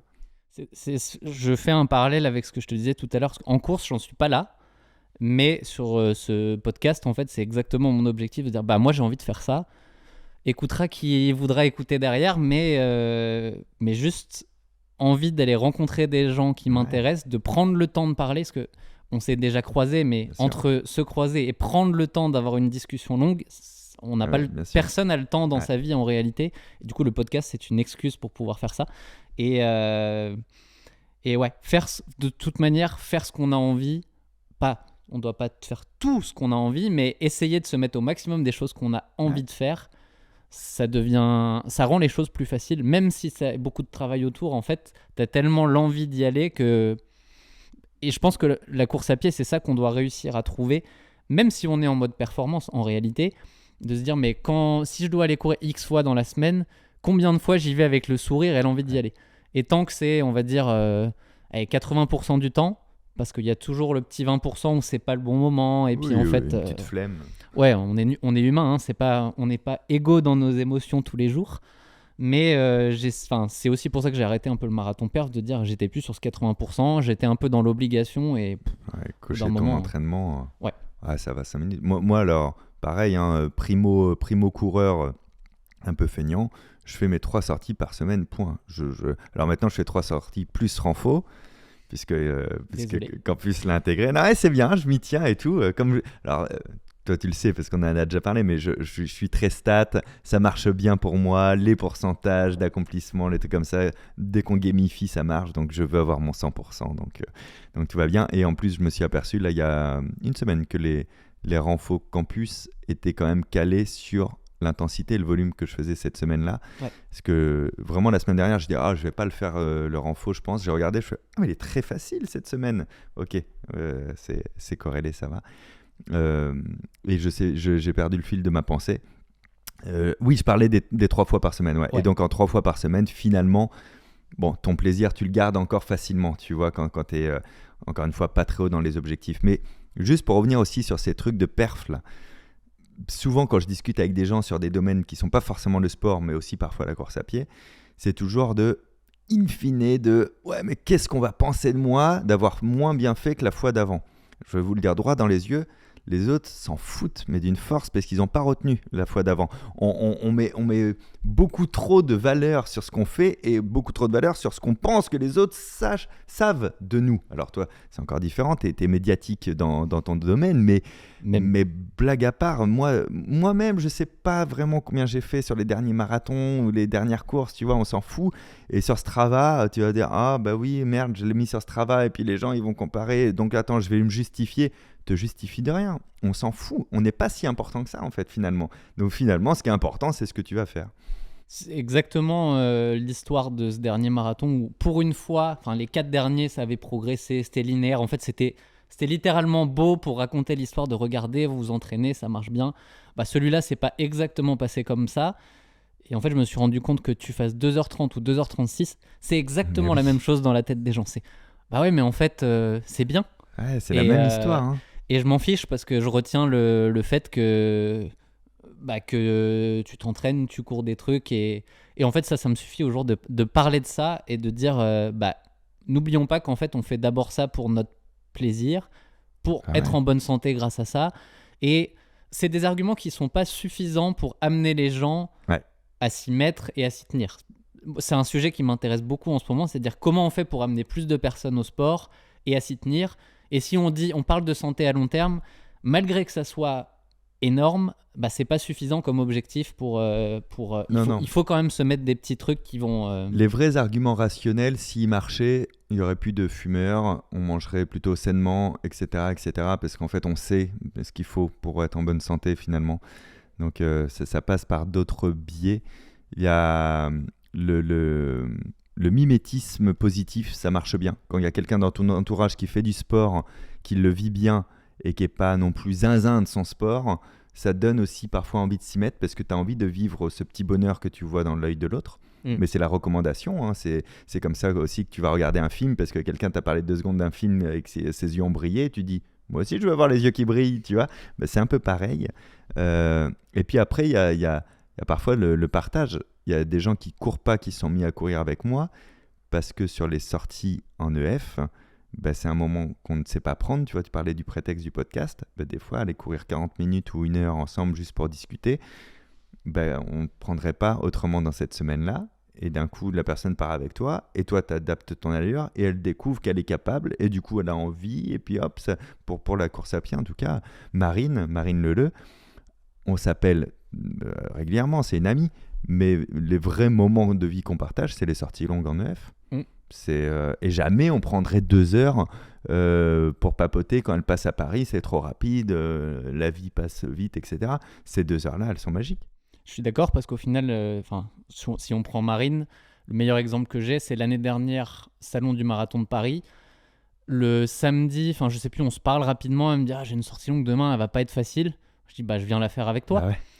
En soi, c'était une idée à la con parce que c'est déjà le week-end où tu sais que tu vas être fatigué et du coup, tu te rajoutes 1h30 de course. Mais en fait, sur le moment, j'ai en mode mais j'ai envie. Et en fait, ce 1h30, on s'en rappelle tous les deux parce que c'était cool, on a échangé, elle a fait une belle séance. Donc tu peux attirer un peu les autres parfois grâce à ces moments-là de partage, tu vois. Exactement. Amenez vos amis à courir. S'ils vous invitent pour aller... moi aussi, je vous regarde droit dans les yeux. Mais un truc que j'aimerais aussi qu'on arrive à faire, c'est... Tu te fais inviter pour aller prendre un verre. Tu dis je peux pas, je vais courir demain matin tôt. Je sais que l'alcool va pas m'aider. À l'inverse, en fait, il va plutôt me faire que demain, je vais galérer. Et tu peux dire la prochaine fois... mais venez courir en fait. Et au lieu d'aller passer 1 heure là, on va la passer quand même. Et puis on peut aller boire un petit verre après, mais en mode... une fois que tu as couru, beaucoup de gens sont je suis moins tenté d'y aller fort sur l'alcool. Paradis du fruit, non, c'est mieux. Bref, je diverge un peu, mais je partage totalement. Tu vois, tu parles de l'alcool, je te refais un parallèle avec le spectacle. Il y en a plein qui se demandaient bien avant la course comment je faisais pour avoir ces masses de tournées, ces masses de vidéos. Alors, les vidéos, en fait, j'appelle ça le bureau. C'est-à-dire que comme tout à chacun, je fais mes 35 heures de bureau par semaine. C'est juste que j'ai de la chance que majoritairement ce que je fais au bureau me plaît, tu vois. Et donc j'avais ça en plus et l'écriture des livres qui se fait en dehors du bureau pour moi. Mais ça, c'est comme ça que j'ai réglé ma vie, tu vois. Et ça, déjà, c'est un marathon de vie, d'énergie. Et en fait, le fait de ne pas se coucher trop tard, de ne pas manger n'importe comment le soir majoritairement, parce que le midi, j'aime bien manger avec de la mayo partout, et ne pas boire d'alcool, en fait, déjà, c'était un rituel pour moi pour tenir ce rythme-là. Tu vois, je fais partie de ces artistes chiants qui ont une réputation de dans mes frigos de tournée, tu trouves de la bière à 0% d'alcool. Je ne sors pas après le spectacle. Je mange avant le spectacle parce que quand tu manges après le spectacle, en fait, tu te couches jamais parce qu'en fait, il est tard et puis on boit des coups, etc. etc. Donc, mais c'est ce qui m'a permis de tenir sans. Je n'ai jamais approché le burn-out. Je crois pas, quoi, tu vois. Mais parce que le burn-out, il vient de qu'est-ce que tu fais pour compenser des rythmes inadaptés. En fait, tu picoles parce qu'il faut bien se faire plaisir, quoi. C'est bon, faut décompresser. Tu manges gras parce que ça va, j'ai mérité aussi à un moment donné. Tu vas te coucher hyper tard en bouffant trop de séries Netflix. Tu te rends compte, on arrive à être fatigué parce qu'on regarde des séries. C'est très étrange quand tu y réfléchis. Mais parce que tu dis, il faut bien que je fasse une coupure. Mais en fait, non, juste arrête tous ces trucs de compensation et vois comment bien réguler avant. Et en fait, tu vas moins te fatiguer, mieux le vivre. Donc, j'aurais juste rebondi sur le côté de l'alcool parce que finalement, le côté moins boire pour être plus performant, ça marche dans plein de domaines physiques et psychologiques. Je souris parce que tu décris ma vie aujourd'hui où hier, j'étais en mode « Ah, demain, il y a podcast. » Donc, au lit à 21h15, tu lis un peu, tu dors pour être en forme demain. Putain, mais lire, c'est la vie, lire. Et j'ai repris la lecture vraiment grâce à cette routine en fait où en fait dans tout ce que je fais, et je suis pas là à me plaindre, ça me va très bien en réalité cette nouvelle routine, c'est si je ne coupe pas les écrans à une certaine heure, que je ne mange pas à peu près correctement le soir, que je ne lis pas, le lendemain la journée va être plus compliquée en fait. Ouais. Donc, et quand tu t'es habitué à ça, le fait est que tu n'as plus le choix d'avoir ce rythme-là parce que ton corps te dit mais ça c'est génial, tu ne changes plus jamais. Oui. Sauf à certaines exceptions. Il faut pas non plus être un moine. Et typiquement, je pense, t'as le mariage de ton meilleur ami, tu vas pas rester moi je vais me coucher à 21h. Je pense à nous, mais le petit séminaire d'équipe campus, là tu vas profiter avec toute l'équipe tous les soirs de cette semaine-là. Et juste, faut pas être rigide non plus, mais faut savoir au bon moment jauger. En fait, c'est qu'est-ce juste que faire t'as les besoin, trucs en quoi. pleine conscience. Oui. C'est voilà, tu dis non, mais là, moi cette semaine c'est nos limites et c'est tout. Tu vois, pour le sport où je t'ai dit depuis que j'ai commencé, je n'ai jamais raté mes entraînements, etc. Ce qui est faux parce que en décembre dernier, donc décembre 2024, j'ai enlevé la Whoop. Tu sais, je prends mes stats sur la Whoop. J'ai débranché Campus. Et j'ai dit, le mois de décembre, je vais me foutre une paix avec le sport et je vais me foutre une paix avec la nourriture. Donc, j'ai bouffé du fromage du 1er au 31 décembre, je pense, sous toutes ses formes. Et c'est génial parce que j'en avais conscience et j'ai été d'une motivation si forte en 2025 parce que j'avais hâte de retrouver tout ça que ma première course, mon premier tracé, il est au 1er janvier. Le 1er janvier, je dis, ça me ferait trop plaisir de sortir une petite demi-heure. Je crois que j'ai fait 25 minutes de F.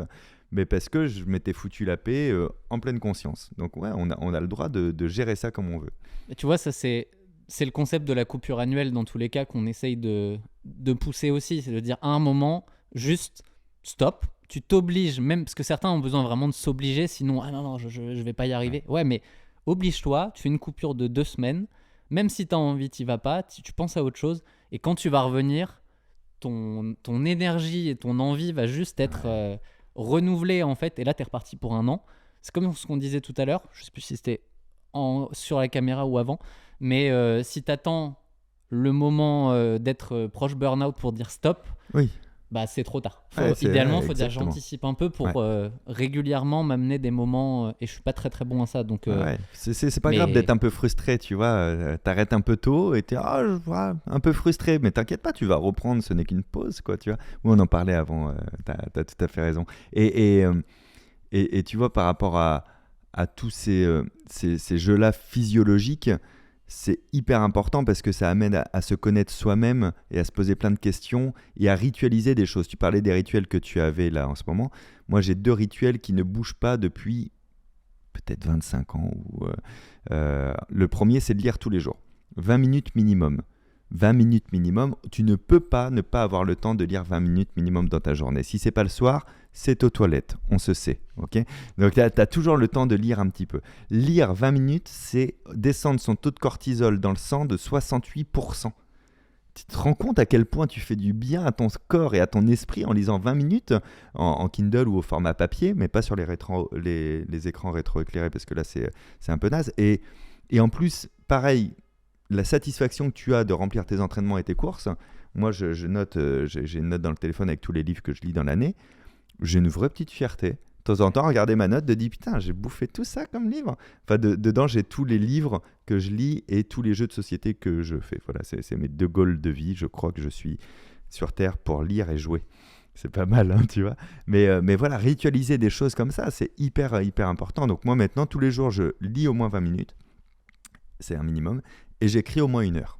C'est un minimum aussi. Pas forcément écrire fonctionnel. Ça peut être écrire ce que j'ai fait aujourd'hui. Si je ne sais quoi écrire, je vais raconter ce que j'ai fait dans ma journée. Et peut-être même, je ne vais pas cliquer sur enregistrer à la fin. Je m'en fous. Je veux juste écrire tous les jours. Mais là, après, c'est plus perso. Là.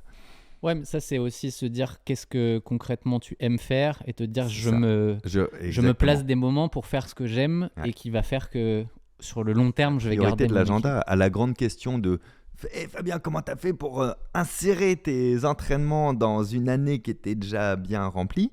Ben en fait, c'est pas dur, j'ai commencé à insérer mes entraînements. Et après, le remplissage du reste s'est fait naturellement. Et il y a probablement des trucs qu'on sautait, je m'en suis même pas rendu compte, c'est qu'ils n'étaient pas importants. Tu vois, il y a des choses qui étaient plus compliquées, il a fallu revoir l'organisation, mais c'était certainement pas l'entraînement que je revoyais, puisque c'était ma priorité, donc j'ai juste appris à le placer en premier. Oui, c'est toujours le concept de prioriser qui est pas simple, parce que des fois, mais je dis souvent que même si on n'a pas le temps, se garder un 3 fois 20 minutes de course dans la semaine, ça va maintenir, et du coup, il faut réussir à se faire ça. Et ce 3 fois 20 minutes, il est quand même très souvent, je peux pas faire de généralité, comme toujours, parce qu'on va trouver des cas où on va dire, bien sûr. Mais pour la majeure partie, c'est faisable. Ouais. Et du coup, c'est pour ça que j'ai du mal avec l'excuse de « ouais, mais j'ai pas le temps ». Parce que si on creuse pour ce 3 fois 20 minutes, je dis pas s'entraîner pour un marathon et faire des trucs, et bah souvent on l'a. Mais il faut qu'on arrive à mettre le sport comme est-ce que ça te fait du bien? Est-ce que ça te prend du plaisir? Est-ce que c'est bon pour ta santé à long terme? Oui. Bon, bah dans ce cas-là, on le met au même niveau de priorité que manger. Enfin, j'aimerais que ça soit comme un besoin essentiel, en fait, mais c'est pas vu de cette manière-là aujourd'hui. Non, quand même. Ouais, non, mais de plus en plus. Mais on est sur une courbe d'adoption, comme tous les sujets, qui est trop lente pour ceux qui veulent la faire avancer. Ouais. Et en même temps, on peut pas l'accélérer plus que ça. On peut juste y participer en essayant de parler de plus en plus souvent de ce genre de choses.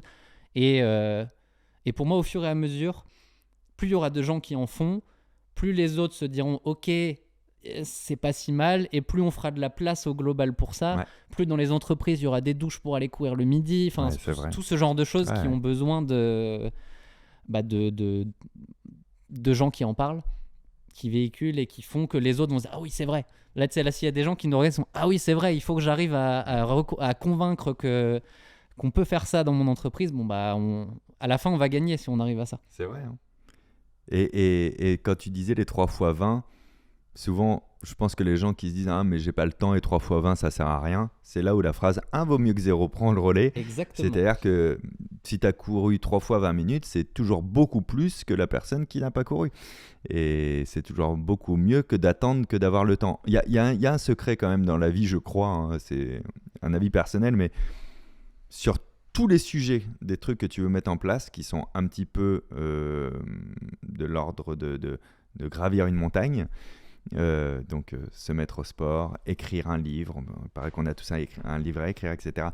Toutes ces choses-là qui prennent du temps et de la régularité, spoiler, il n'y aura jamais un moment dans ta vie où tu vas analyser ta vie, tu vas te dire « Ah, c'est là, c'est maintenant, c'est bon, tout est bien aligné, j'ai du temps, j'ai la bonne énergie pour, etc. » Ça n'existe plus. À l'âge adulte, la vie ne laisse pas de vide, elle se remplit de 1001 choses en permanence. Donc c'est à toi de mettre la chose en place. La nature a horreur du vide. Ah ouais. Et en fait, j'ai même envie de dire que comme là, on est sur le côté entrepreneuriat, on me dit souvent le meilleur moment pour lancer, c'est hier. Ouais. Bah, j'ai l'impression que quelle que soit l'idée, en fait, si tu te dis le meilleur moment, c'est quand? C'était hier parce que tu avais plus de temps que tu en auras demain, et ainsi de suite. Exactement. Parce que ta vie se remplit.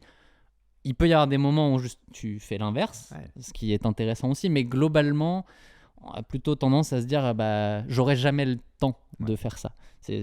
Typiquement, aujourd'hui, je suis dans cette phase où j'ai totalement réduit la course à pied. Je me dis, mais comment je faisais avant pour courir? Enfin, pourtant, je l'ai fait pendant des années, et là, j'ai couru 2 fois pendant la semaine. Je vais peut-être courir 4 fois en tout avec le week-end. Je me dis, mais comment je courais 2 fois par jour il y a 3 mois à peine? Mais c'est fou. C'est ce qu'on me dit et c'est ce que j'essaie d'expliquer. On me dit, mais tu vas t'ennuyer là si tu n'as plus de tournée de spectacle. Mais ça nous est arrivé de ne pas avoir de tournée de spectacle quand il y a eu la période du Covid où on était confinés, les salles étaient fermées. Quand je suis entre deux tournées, c'est des périodes de 3-4 mois parfois où il y a moins de spectacles. Comme toi, dans ces périodes-là, je me dis, mais comment je fais d'habitude quand j'ai une tournée quoi. Vivement la tournée qu'on se repose apparemment, quoi, tu vois. C'était ça. C'est drôle. Enfin, c'est drôle parce que c'est vraiment ce truc. Je pense que tout le monde peut se référer à ça. Il y a des semaines où tu as l'impression d'avoir fait 1 million de trucs, tu sais pas comment, et d'autres où tu dis, qu'est-ce que j'ai fait cette semaine ?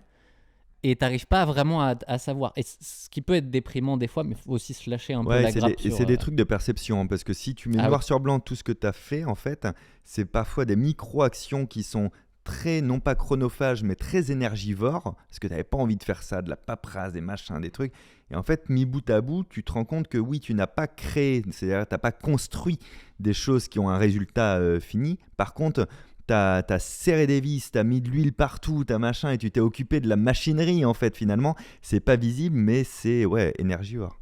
Je passe pour un psychopathe un peu pour ça, mais je mets tout dans mon agenda pro, mes runs et tout ce que je fais, à minima pour moi, me dire à la fin de la semaine, ok, t'as fait tout. Parce que je suis plutôt...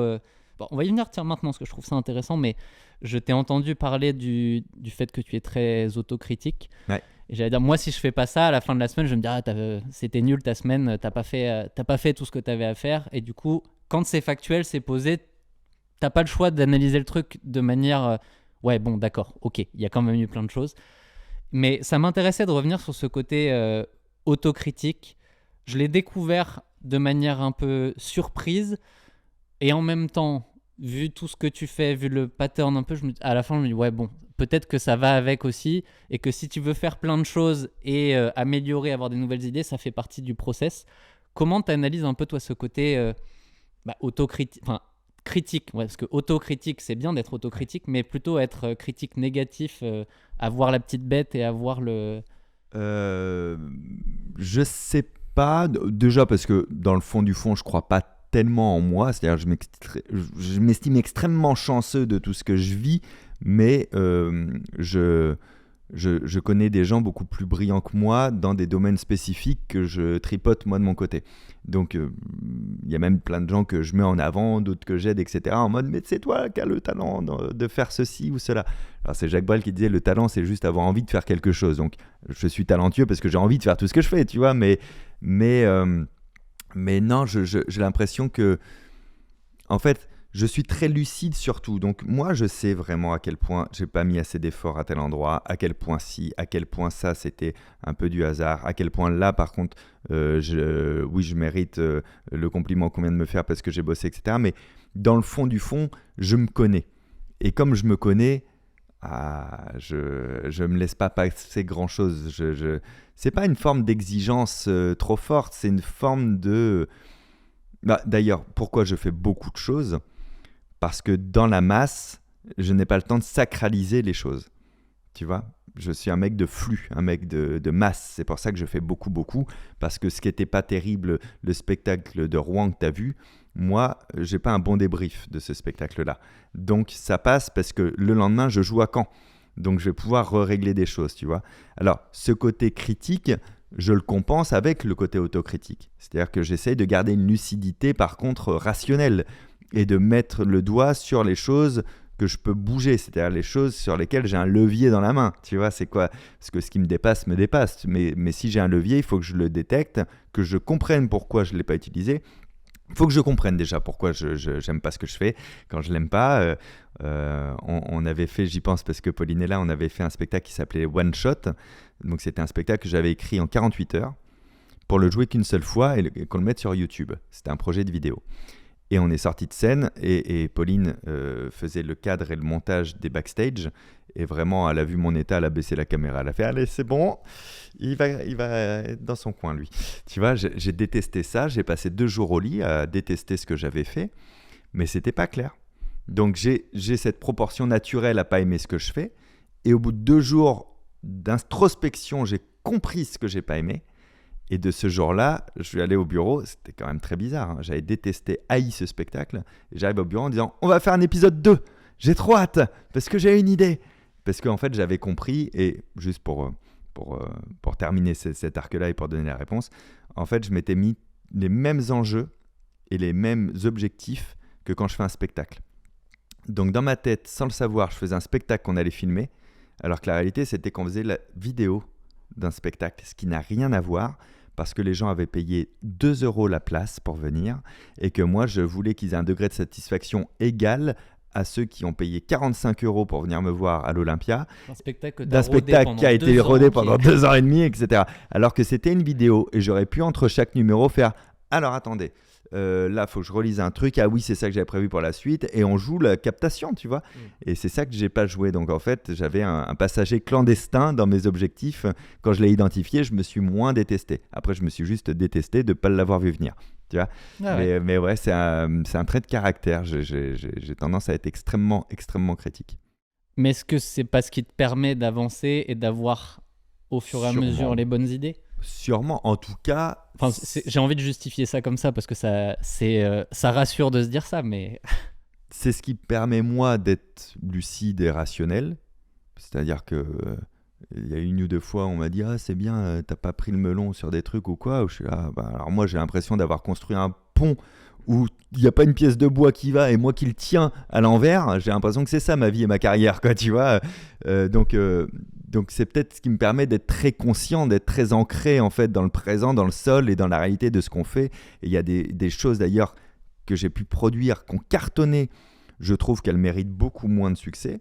Et il y a des choses qui n'ont pas du tout marché. Et je trouve qu'elles méritaient de cartonner, tu vois. Donc j'ai ce regard très lucide sur les choses et oui, probablement que ça me permet de continuer à avancer en essayant d'avoir un bon équilibre entre la productivité nécessaire, parce qu'il y a aussi une boîte à faire tourner, il y a plein de choses, tu vois, et le plaisir de la création de ce que j'ai envie de faire, et tout va s'équilibrer à la fin grâce à cette critique qui amène cette lucidité, peut-être. Je post-rationalise un truc que les gens me reprochent régulièrement, mais où j'ai envie que ça soit compris, c'est ce fait de dire, les chronos que je fais au marathon, ils sont bien, mais sans plus d'une certaine manière, parce que je sais tout ce que je n'ai pas fait correctement pendant. C'est ça. Je sais que si tu optimises tout ce que ça pourrait être, ce que je ferai jamais, j'ai pas de problème avec ça en soi, c'est plus dans le... Ouais, mais comme je sais il peut y avoir mieux à faire pour plein de raisons, et qu'en plus, en fait, ces chronos-là sont vus comme géniaux, mais par rapport à des gens vraiment talentueux, pas tant que ça, j'ai toujours besoin de rajouter ce oui, mais c'est pas... Et du coup, ça, je comprends les gens qui disent « Arrête, t'as pas le droit de nous dire ça », alors que nous, on se tue pour aller faire des trucs qui sont à des années-lumière de ça. Du coup, je suis toujours dans l'ambivalence entre les deux, mais j'ai pas envie de changer parce que pour moi, ce côté autocritique fait que si je reviens sur marathon un jour, ce qui est vraiment pas dans mes plans pour l'instant, je repartirai avec la même chose de cool. Il y a des choses qu'on peut aller changer, des choses. Et le jour où je me dis en fait là, je peux plus rien changer, c'est limite je vais être triste, je vais dire ok, faut que j'arrête. Là, c'est pas je veux arrêter, c'est faut que j'arrête parce que j'ai plus cette petite flamme de me dire mais ça on peut aller travailler ça et puis je peux aller faire du renfort là-dessus parce que je sais que je suis faible.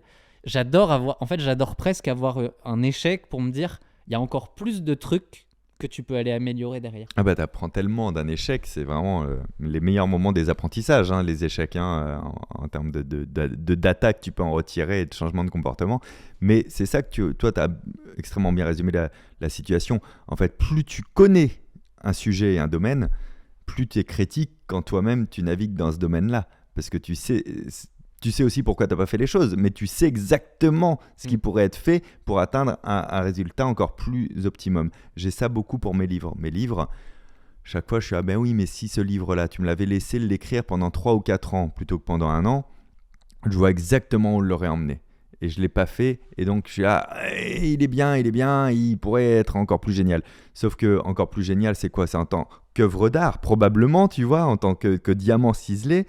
Par contre, le livre qui est sorti, vu les retours que je peux en avoir du lectorat, il a visé son but, à savoir aider quelqu'un sur un sujet et lui ouvrir les portes de ce sujet-là et la personne continue sans moi après à explorer ce sujet. Elle n'a pas besoin que j'ai écrit le livre parfait pendant 5 ans, tu vois. Mais comme toi, je sais ce qui aurait pu être fait. Donc forcément, comme toi, je dis oui, ils sont bien mes livres. Bah, après, il y en a plein d'autres qui sont bien sur la thématique, quoi, tu vois. J'ai du mal à les mettre en avant, quoi. Mais ouais, il y a un côté un peu généraliste. Je sais pas comment tu prends ce mot, mais moi je le prends bien parce que ça me va d'être considéré comme ça, de dire je veux pas être l'expert d'un sujet, je veux pas être vu comme le meilleur expert.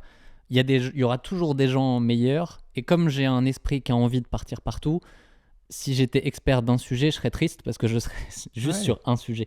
Et là, bah, tu fais des spectacles, tu fais des livres, enfin, tu fais des vidéos, potentiellement d'autres choses dans le futur que tu sais pas encore, et tu te laisses l'opportunité de dire ouais, mais il y a un peu de nouveauté dans tout ça.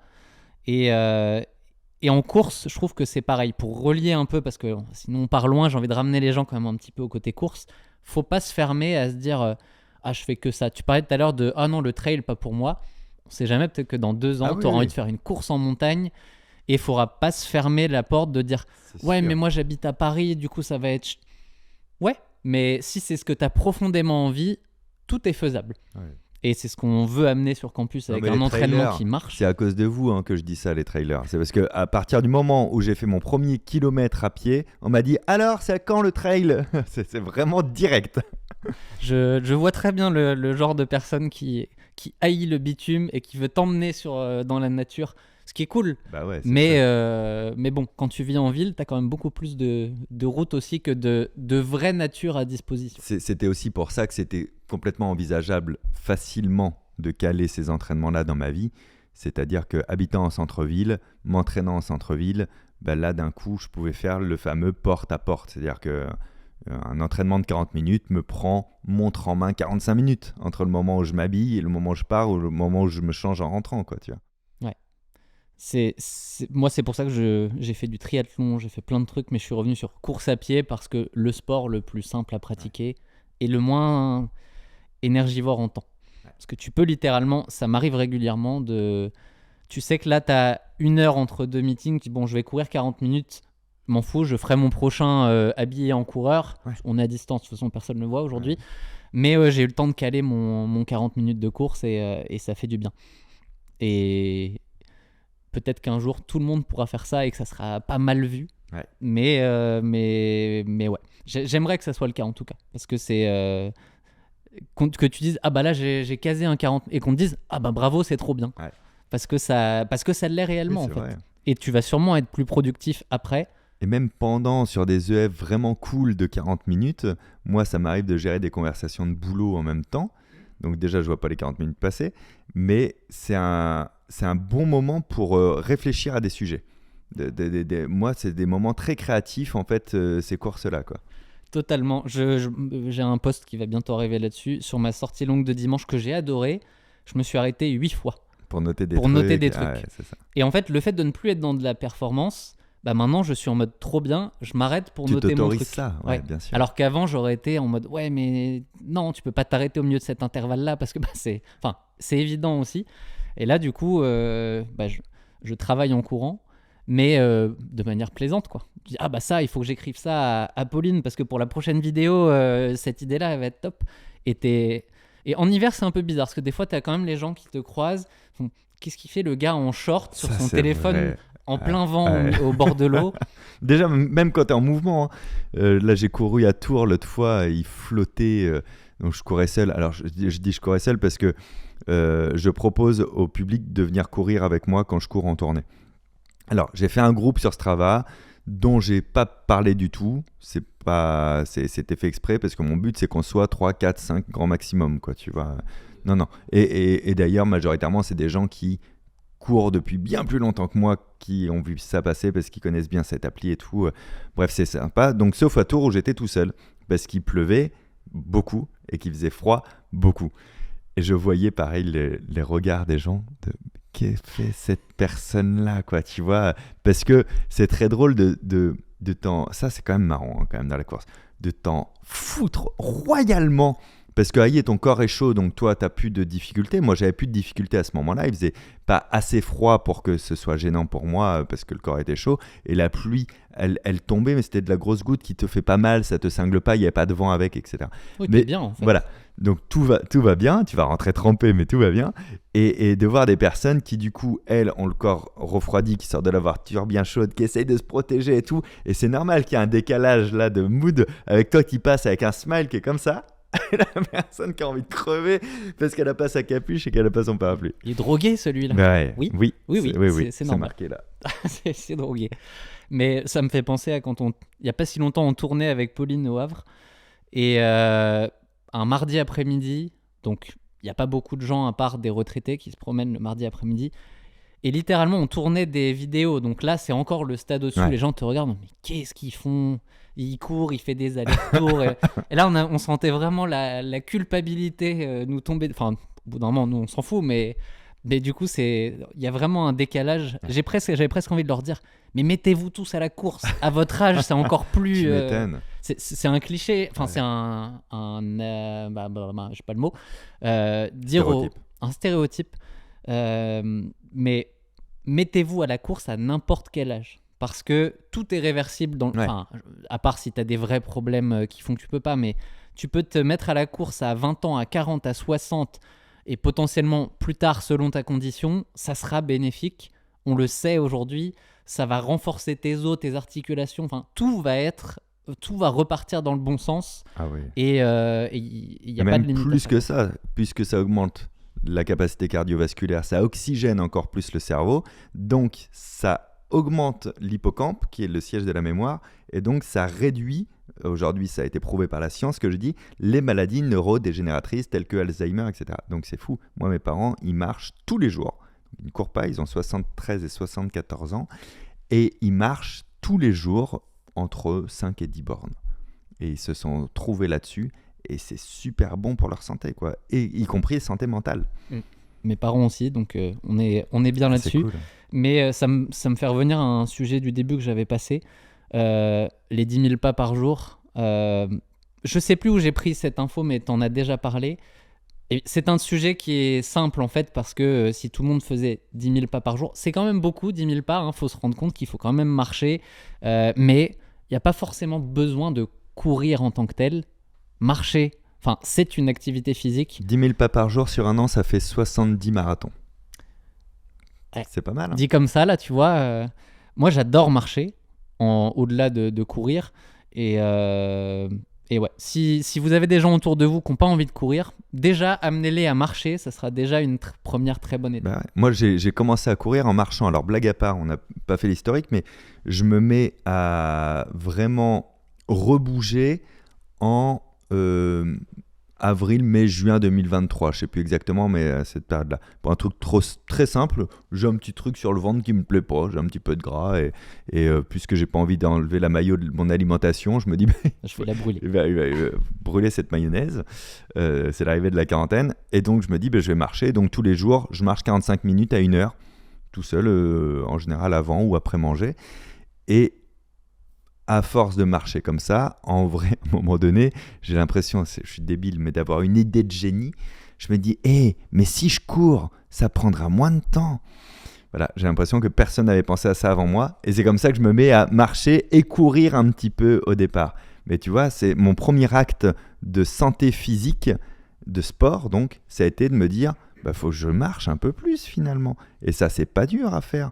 Tout seul, avec ta compagne, avec un pote, pour aller du point A au point B, où tu prenais tes 2 arrêts de métro ou ta ligne de bus, peut-être tu peux partir un quart d'heure plus tôt et puis le faire à pattes, tu vois. Enfin, c'est très facile ça aussi de mettre en place ça. Qu'est-ce qu'on est sédentaire, quoi. C'est fou, la sédentarisation, elle est hallucinante. Alors qu'on est fait pour être en activité tout le temps de base. Et ça me fait penser à Elodie qui dit souvent, maintenant qu'elle court, dit mais... Ma montre, elle me dit c'est ça le nombre de calories. Est-ce que c'est vraiment uniquement ça que j'ai dépensé en allant courir 30-40 minutes ? Je dis exactement, peut-être pas, mais oui, l'ordre de grandeur, il est bon. Bien sûr. Et tu sais, quand tu fais un rapport à ce que tu peux manger en ayant dépensé ça, pas tant que ça en fait. C'est ça, non, d'ailleurs, pour le coup, pour les personnes qui veulent perdre du poids, vraiment c'est pas courir, c'est d'abord l'alimentation, quoi. Courir, ça va être bien pour plein d'autres raisons, mais tu vas pas vraiment perdre, tu vas te retonifier, etc. Mais techniquement, n'importe quoi te fait brûler des calories assez peu. Se cogner la tête contre un mur pendant 1 heure, ça fait perdre 150 calories. C'est même pas une fake news, c'est vrai, tu vois. Donc, c'est juste pas ouf, quoi. Bon, alors c'est mieux de courir, tu veux perdre 3 fois plus, mais... Tes neurones s'en sortiront peut-être mieux aussi. Ouais. Après, il y a des gens qui ont développé des capacités de génie suite à des gros chocs sur la tête, mais ils sont rarissimes. N'essayez pas chez vous, s'il vous plaît. J'ai envie de revenir quand même sur tes marathons, parce que déjà le passage de « Ok, j'ai envie de courir un marathon », comment t'en es arrivé là ? Comment à un moment tu t'es dit « Allez, je veux faire cette distance ». Il y a eu plein d'étapes. La première, c'est Paris 2024 qui me contacte en 2023, avant l'été, quand je suis déjà dans cette période de je marche et je trottine un petit peu, en me disant est-ce que tu voudrais participer au marathon de Paris, marathon des JO et tout. Et je me pose, à la base je vais pour leur répondre non. Dès que j'ai un non spontané à quelqu'un, je laisse passer 24 heures pour voir si c'est vrai ou pas, quoi. Et au bout de 24 heures, je me dis, c'est vraiment la première fois de ma vie et la seule fois on me propose de courir sur le tracé des Jeux Olympiques d'un truc. Moi, l'histoire, les choses historiques comptent pour moi, quoi, tu vois. Et je me dis, ça, ce serait fou. Et le deuxième truc, c'est que je me dis, si je négocie un dossard pour Fanny, pour ma compagne, là, je fais une heureuse parce qu'elle rêve profondément de le faire. Donc, il y a 1 an et demi, je vais leur dire oui et je vais voir si je peux me défiler à la dernière seconde. Donc, je leur dis oui, mais j'ai vu qu'il y avait une distance de 10 km. Si je me sens pas prêt, est-ce que je peux faire cette 10 km finalement, tu vois, qui est déjà un enjeu, hein, c'est un challenge pour moi à ce moment-là. J'ai vu Vincent Dezania, il a fait un peu pareil, son frère faisait le 42 et lui il a fait le 10K. Vincent, juste avant de partir, le 10K c'était un sacré challenge pour lui, tu vois, donc je minimisais pas la distance de 10 km. Et donc ils me disent oui, bon au pire on pourra faire ça, quoi. Mais on a tout un club aussi, on prend soin des athlètes et tout. On va vous faire plein de courses avant et tout, et pas chaud pour le collectif. C'est trop tôt pour moi tout ça. Je veux vivre ce truc personnellement, dans l'intimité du couple ou amical maximum, quoi. Donc je me lance là-dessus tranquillement. Je fais n'importe quoi à peu près jusqu'à fin août 2023, n'importe quoi, et on est tous passés par là apparemment. Chaque entraînement doit être meilleur que le précédent. Et moi, je ne sais pas encore que c'est anormal de penser comme ça. C'est normal, c'est contre-intuitif. C'est logique ce que tu dis. C'est notre logique interne de si on réfléchit simple, on fait une droite et voilà où je veux aller. À partir de septembre, je découvre du coup qu'il y a des programmes qui existent. Via ton podcast, je connaissais Campus. Donc je prends le programme Campus que va faire ma compagne. Je suis pas encore un vrai sportif, moi. Donc on dit, tu fais le programme et puis moi je te suis à ma distance, j'arrête quand je veux, etc. machin. Alors spoiler, le fait est que j'ai fait le même programme qu'elle tout le long, en fait, finalement. Dans un truc de non, c'est dommage, on va se perdre pendant 20 minutes, je pousse un peu, tu vois. Finalement, j'ai fait exactement son programme. Donc après, je vais prendre mes programmes à moi personnalisés. Mais au tout début de ce premier programme, il y a un moment clé, c'est le moment où je fais 4,2 km et ça se passe super. Et je me dis à la fin de ça, mais ça c'est 10% d'un marathon. Ça veut dire que si là il me restait presque 1 an, si durant 1 an je fais tout ce qu'il faut, je serais capable sûrement de faire ça 10 fois. Enfin, ça me paraît d'une logique implacable à ce moment-là, ça me paraît accessible parce que rationnellement, je vois comment on peut y arriver. Ça dépend plus de est-ce que Fabien est bon pour faire du sport ou pas, ça dépend de est-ce que Fabien est bon pour suivre un process ou pas. Et ça, je suis pas mauvais à ce petit jeu-là. Donc, je me mets à faire ça et dès le mois de janvier, je suis quasiment sûr que je vais faire la distance annoncée, le 42, en tout cas que je vais m'y tenter. Au mois d'avril, je vais faire le marathon de Paris juste parce que je veux me tester sur un semi organisé et qu'avec les spectacles, je ne peux pas faire le semi. Donc, je fais le marathon de Paris. Je vais jusqu'à 25-26 km pour voir vraiment ce que c'est de la distance longue. Je vois où sont mes défauts aussi, où sont mes faiblesses, le genou, le machin, tout ça. Mais à ce moment-là, je suis sûr et certain que oui, je vais aller faire le 42 des JO. Il me fait peur, j'ai les miquettes, et je n'ai que pour l'objectif d'aller au bout. Mais voilà, ça s'est construit du coup en plusieurs phases. Entre le moment où j'ai eu le dossard et le moment où j'ai su que j'allais vraiment le faire, il s'est passé de longs mois. C'est drôle parce que là, tu dis quelque chose que je trouve hyper important, c'est au marathon de Paris, tu as fait 25-26 km et tu t'es dit, ok, je vois le fait que je vais pouvoir arriver à 42, ce qui est un gros blocage pour énormément de coureurs où dans leur plan, en fait, on va pas au-delà de 2h30, 2h40 pour ce que je te disais tout à l'heure, qu'après, on a une courbe de la blessure qui est exponentiellement plus grande si on n'est pas suffisamment prêt pour. Donc, on n'emmène pas les gens dans cette zone pour... le but, c'est de les amener à la ligne de départ avant tout. Mais du coup, pour beaucoup, ça donne une sortie la plus longue de entre 20 et 30. Ouais. Mais pour la majorité, même ceux qui font 30, en réalité, ceux qui vont faire 32 parce qu'ils ont un niveau un peu meilleur, ils vont quand même te dire « Ouais, mais c'est pas 42 ». Et du coup, les 10 à 20 km de plus, je me vois pas les faire parce que l'entraînement, j'aurais pas pu le jour où tu me l'as proposé. Et notre réponse est oui, c'est normal. Le but, c'est pas que tu puisses le faire le jour où tu as fait 25. Le jour, c'est que tu puisses le faire le jour J. Mais mentalement, c'est très dur d'expliquer ça. Ouais. Et en fait, tu vois qu'on a la majeure partie des...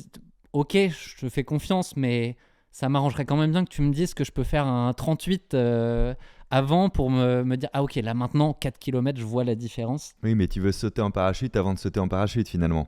Ouais, c'est ça. Mais ça, on ne pourra jamais réussir à vraiment répondre à ça, à part faire une séance purement psychologique. Regarde, tu as pu le faire. Ok, on va en perdre 1 sur 2 qui finit blessé. Ouais. À la fin, il y en aura 1 sur 2 qui sera en mode « Ah, trop bien, merci, vous m'avez aidé ». Et les autres qui seront « Ah ouais, bon, je suis blessé ». Tu sais que ce jour-là, de ce faux semi que je me fais pendant le marathon de Paris, à 26, il ne reste plus que 4 bornes pour voir la Tour Eiffel. Ah ouais. Et donc, je me dis « sympa de finir devant la Tour Eiffel ». Et je me scanne un peu et je me dis « Je crois vraiment que je vais me péter le genou là. Je crois que je vais me faire mal quelque part. Je le sens que c'est maintenant qu'il faut arrêter. » Et c'est pour ça, tu vois, que j'ai arrêté. J'avais pas cette théorie de l'augmentation de la blessure après, mais moi, je suis intimement persuadé que je me blessais si je continuais 4-5 bornes de plus ce jour-là. C'est très possible parce que ça, c'est quelque chose aussi qu'on essaye d'amener, vraiment conscientiser son état et être réaliste là-dessus. De se dire, là, j'ai une douleur.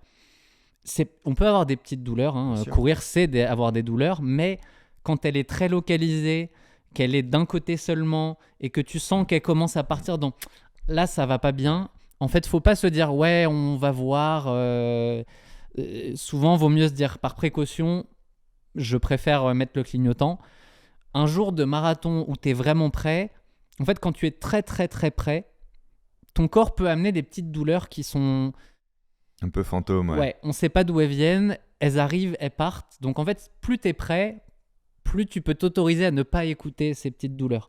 Par contre, à l'entraînement, il y a des moments où c'est pas le moment de faire, de dire oh ça va passer, parce que tu le regrettes peut-être 3 jours, une semaine. Moi, il me restait 4 mois avant le marathon. Ouais. C'est que j'avais pas envie de m'abîmer alors que j'avais encore le loisir de m'entraîner 4 mois avant ce jour J. C'est fort de réussir à être vraiment dans ce... Je sais quel est mon réel objectif et je reste connecté à ça. Et ça, on fait tous ces erreurs-là parce que là, encore une fois, souvent on a l'impression que je dis des trucs, oui, regardez, c'est évident. Oui, c'est parce que ça fait 20 ans que je suis passé par toutes les conneries, je les ai déjà faites à un moment ou à un autre. Donc, le crash test, on va t'appeler. C'est ça. Moi, ça me va. Et je suis toujours un crash test aujourd'hui. Je suis mon propre lab, en fait. Ouais, j'ai pas de... Faut juste, quand tu fais quelque chose, accepter que voilà ce que je risque. Si je suis prêt à accepter le risque, ok. Ouais, c'est ça, ouais. C'est une balance. Tout comme tu pars trop vite sur ton jour de course, le risque c'est que ça finisse pas à la bonne vitesse. Et puis si t'es là accepté, c'est pas grave. Si après tu te dis ah là là, non, c'est toi qui as joué et quand on joue, on peut gagner fort et on peut perdre aussi. Ce marathon-là, le marathon de Paris, mon premier, là vraiment, c'est le seul moment où il m'a fallu de la force mentale. Ça a été pour pas suivre le groupe. C'est-à-dire qu'ils sont partis si vite et 2-3 fois, tu sais, le flux t'emmène quoi. Et j'étais mais non, mais ça c'est... Ben non, 6,30 là c'est trop rapide pour moi et tout. Et hop là, je régulais, je redescendais à 7 et tout. Et bon, après on s'est tous recroisés, hein, t'inquiète pas. Mais ouais, ça a été le seul truc, on m'en avait beaucoup parlé dans les podcasts, etc. C'est quelque chose qui revient souvent, donc je l'avais vraiment ancré de ok, c'est le piège avec un grand L, donc je vais y faire gaffe. Et je l'ai vécu et j'ai vu que au-delà de le savoir et de faire gaffe, ça demandait vraiment une force mentale de résister à ça. C'est pas du tout naturel de pas être au même rythme que le groupe, quoi. Ouais, puis c'est l'euphorie. En fait, les conditions d'un jour de course, c'est quelque chose que tu n'as jamais. Enfin, tu ne vis que les jours de course. Et bah, tu te laisses porter par ça. Et en fait, quand tu analyses, ton analyse est fausse de dire bah non, en fait, aujourd'hui, je peux. Bah ouais. Et sur le moment, t'en es convaincu, mais c'est sûr pour toi que tu vas pouvoir le faire. Sauf que les stats montrent que la majeure partie du temps, c'est faux et tu le payes très très fort après. Ouais. Mais à chaque course, hein, même 20 ans après, t'as toujours ce... Ah, je sens Là, je peux y aller, là. que je pourrais. Mais statistiquement, tu sais qu'il faut pas le faire. Et c'est dur à chaque course de résister à ça. C'est pour ça que on le dit et on le redit, on le redit parce que plus tu as d'expérience, plus tu le sais, mais plus tu peux quand même faire cette erreur. Mais quand tu ne l'as pas, non, c'est sûr, là j'y vais, je fonce, ça va être génial et ça va être la meilleure journée de ma vie. Ce qui est bien parce que tu as cet optimisme qu'on a besoin un jour de course. Bien sûr. Mais en même temps... Ouais, et puis le flux a tendance à te dire ça va être facile. À l'inverse, au marathon de Paris, la grande côte, la deuxième, la côte des Gardes, je crois ça s'appelle. Alors moi, il faut savoir que je n'avais pas repéré le tracé. Alors ça, c'est un truc, on peut en parler après si tu veux, mais j'ai des théories là-dessus. Et donc, je découvre cette côte-là. Je n'avais pas pu passer à côté, hein. On en a assez parlé, je savais qu'elle existait, mais je ne savais pas la durée, je ne savais pas tout ça. Et ils ont fait tout un truc avec des anneaux, des demi-cercles lumineux et tout, tu passais en dessous.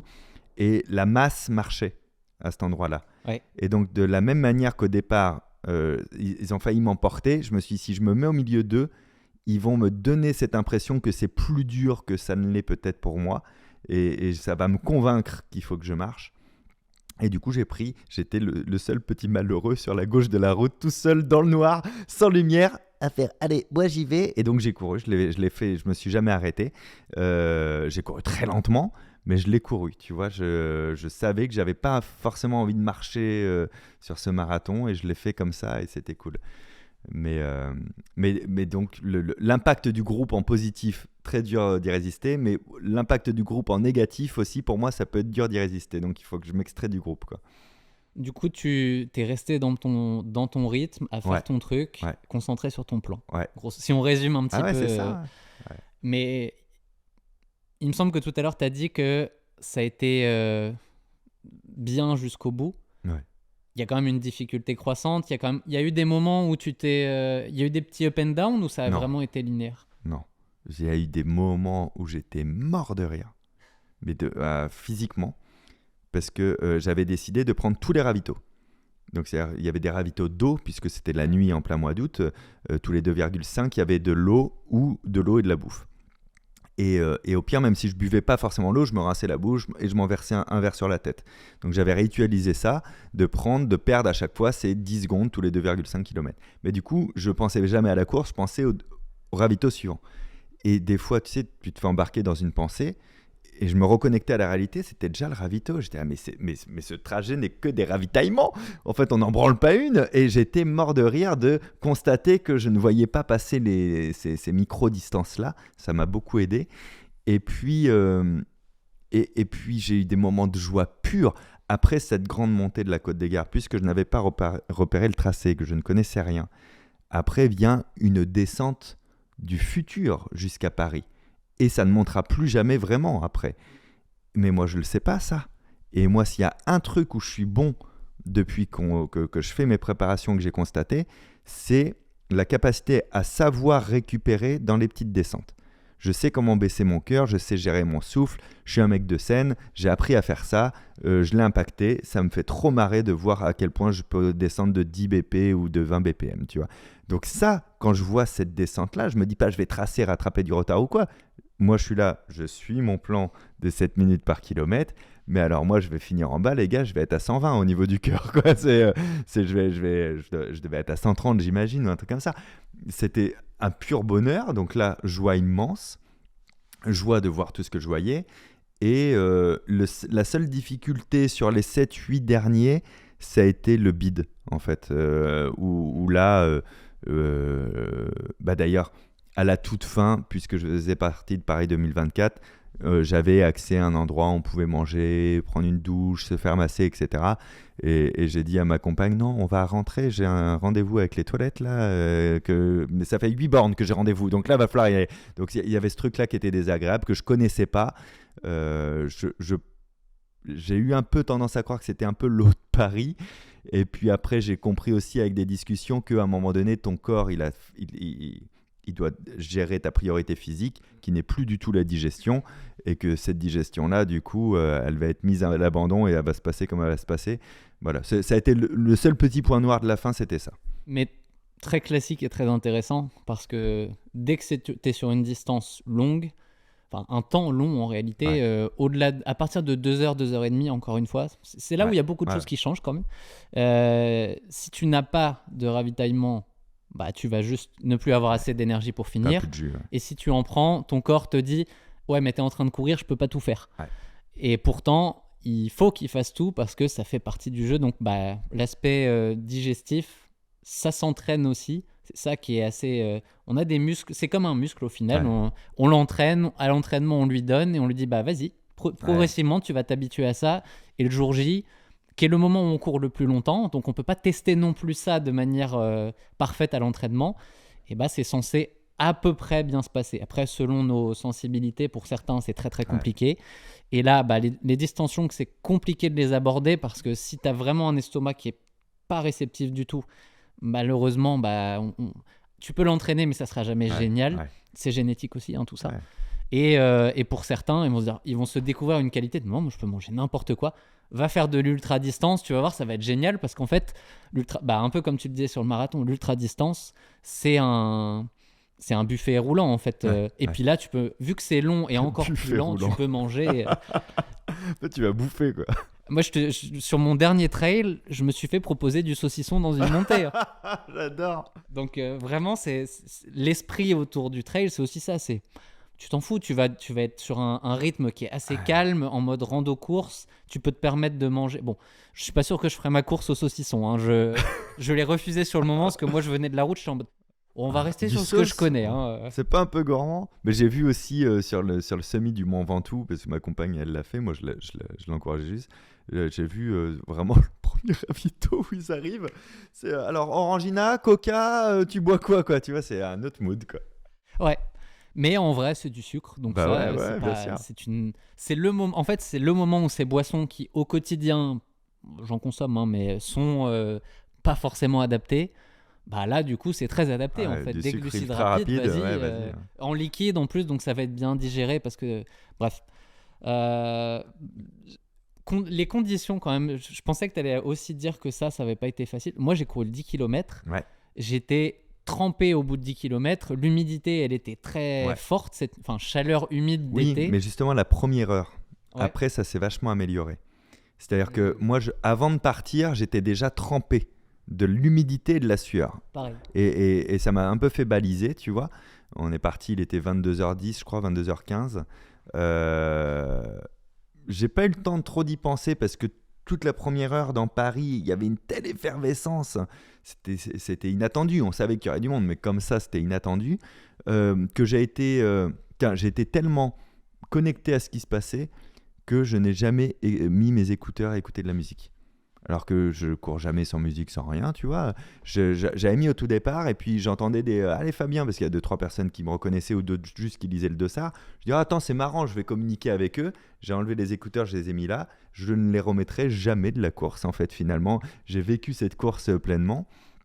Et au bout d'un peu plus d'une heure, on a commencé à être dans la forêt, tout ça machin. L'humidité avait changé, la température avait baissé. Tu vois, c'est en tout cas à l'intérieur des arbres et tout. Et du coup, je me suis jamais, mais vraiment jamais posé la question des conditions une fois qu'on a été parti. Avant de partir, quand j'ai fait, mais mon dos est trempé, mais comment on va faire? Et puis après, c'est passé, tu vois.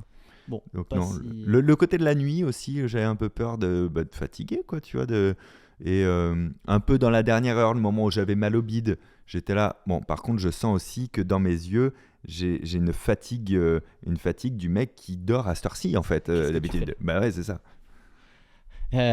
Ok. Parce que moi, ça m'intéresse, parce que j'ai jamais fait ce genre de course à cette heure-là, dans ces conditions-là. Enfin, je suis plutôt le gars qui va dire ah non, Ouais. pas pour moi. Je me connais, la chaleur, tout ça, c'est pas mon truc. Donc, on va faire des courses en avril et en octobre-novembre, là, les périodes où c'est quand même relativement agréable.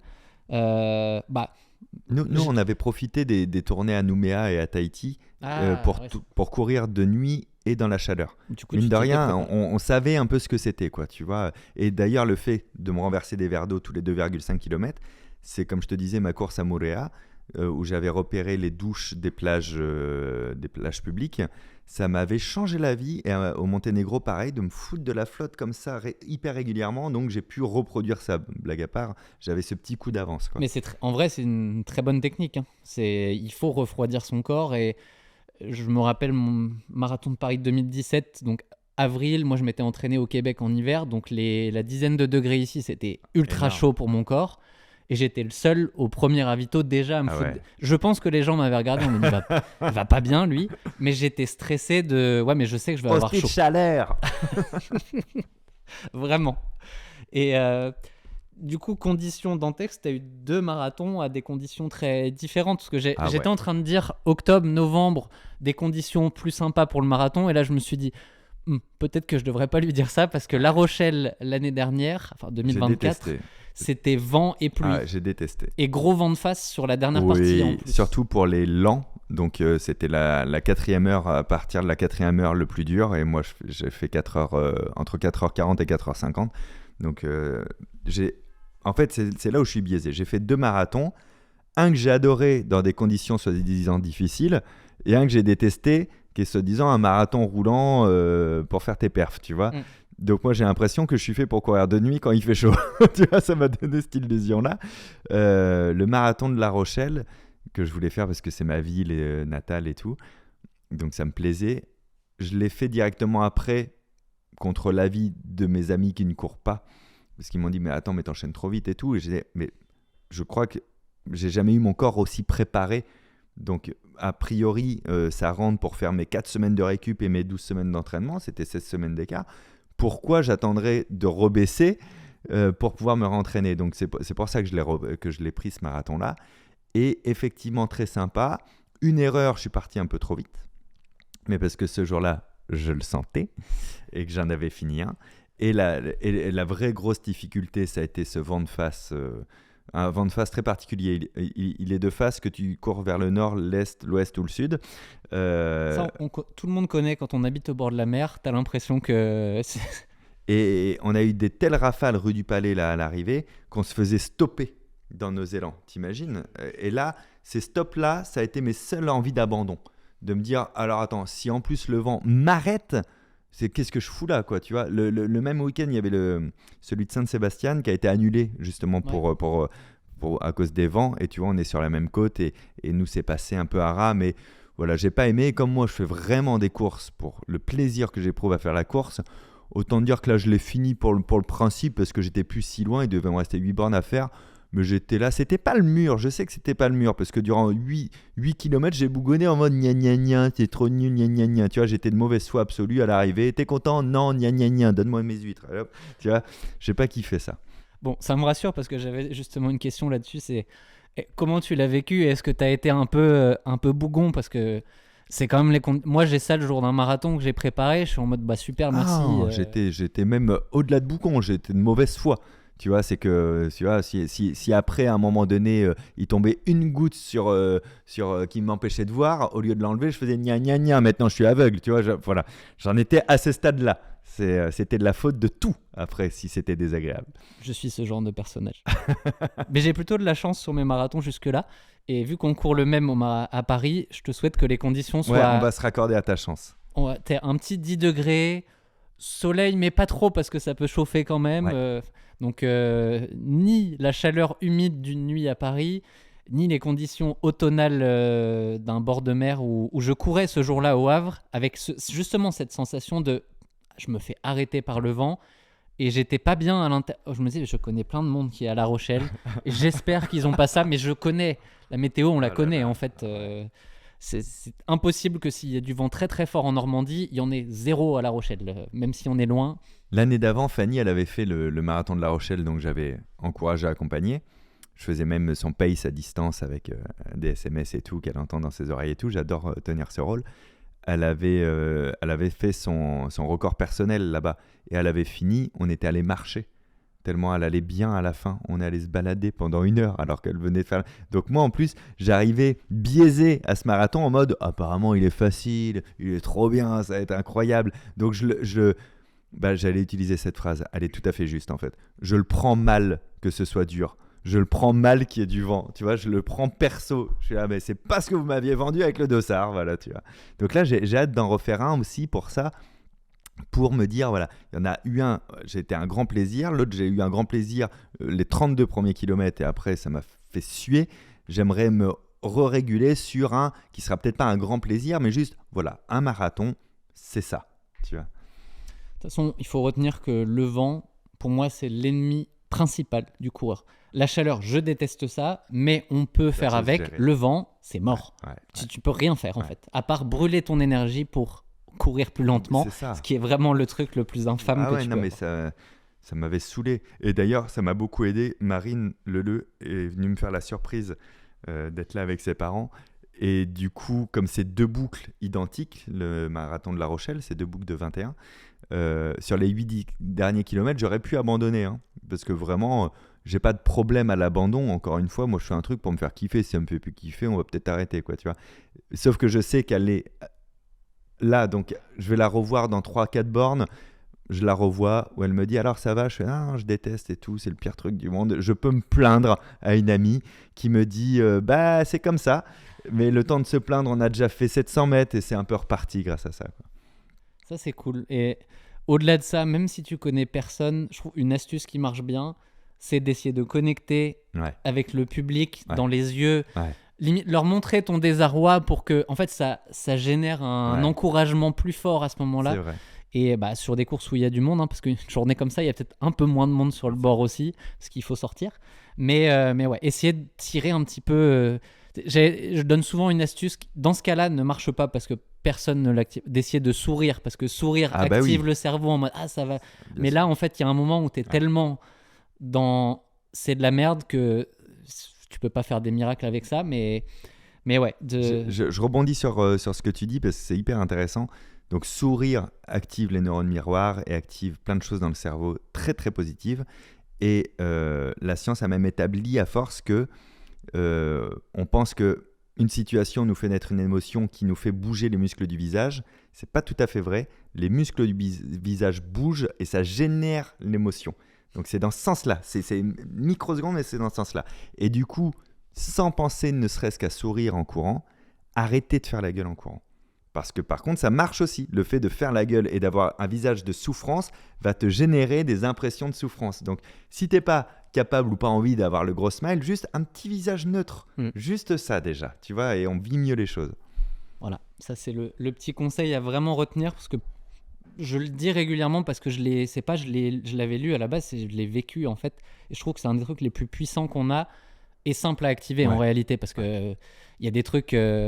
Il y a des trucs qui... Enfin, est-ce que tu as d'autres petits trucs d'ailleurs comme ça que toi, tu as vu en course à pied qui t'aidaient à faire passer les moments difficiles, que les coureurs pourraient utiliser dans leur prochaine course ou entraînement, parce que ça peut être dur à l'entraînement aussi. Il y a eu aussi le fait de me croire toujours très lent. J'ai toujours l'impression que ma course... Tu sais, au début, mon EF était à 7,50.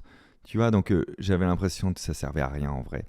Et du coup, quand tu cours quelque part, si c'est pas sur un truc avec dossard, tu cours vers quelqu'un qui court à peu près à ta vitesse ou qui marche vite et tu te mets à marcher. Donc moi au début, je me suis mis à marcher souvent 10 à 15 secondes pour constater que, eh ben non, je vais moins vite maintenant. Donc en fait, courir, c'est aussi accélérer mon corps, etc. Et donc, je peux avoir l'illusion de courir très lentement et que c'est nul, j'irai plus vite en marchant. C'est faux, en fait. Marcher, c'est 11-12 minutes par kilomètre. C'est pas 7,50, c'est pas 8, quoi, tu vois. Donc, ça m'a pas mal aidé quand je doutais de mes performances. Et sinon, ce qui m'a aidé, c'est vraiment d'utiliser tous les trucs contre lesquels je lutte habituellement, qui sont les biais cognitifs dans le cerveau, tous les trucs qui font qu'on perçoit mal sa réalité. Là, comment je pouvais les utiliser pour ne pas voir le temps passer, parce que, encore une fois, quand tu es un coureur lent comme moi, 4-5 heures, c'est très long.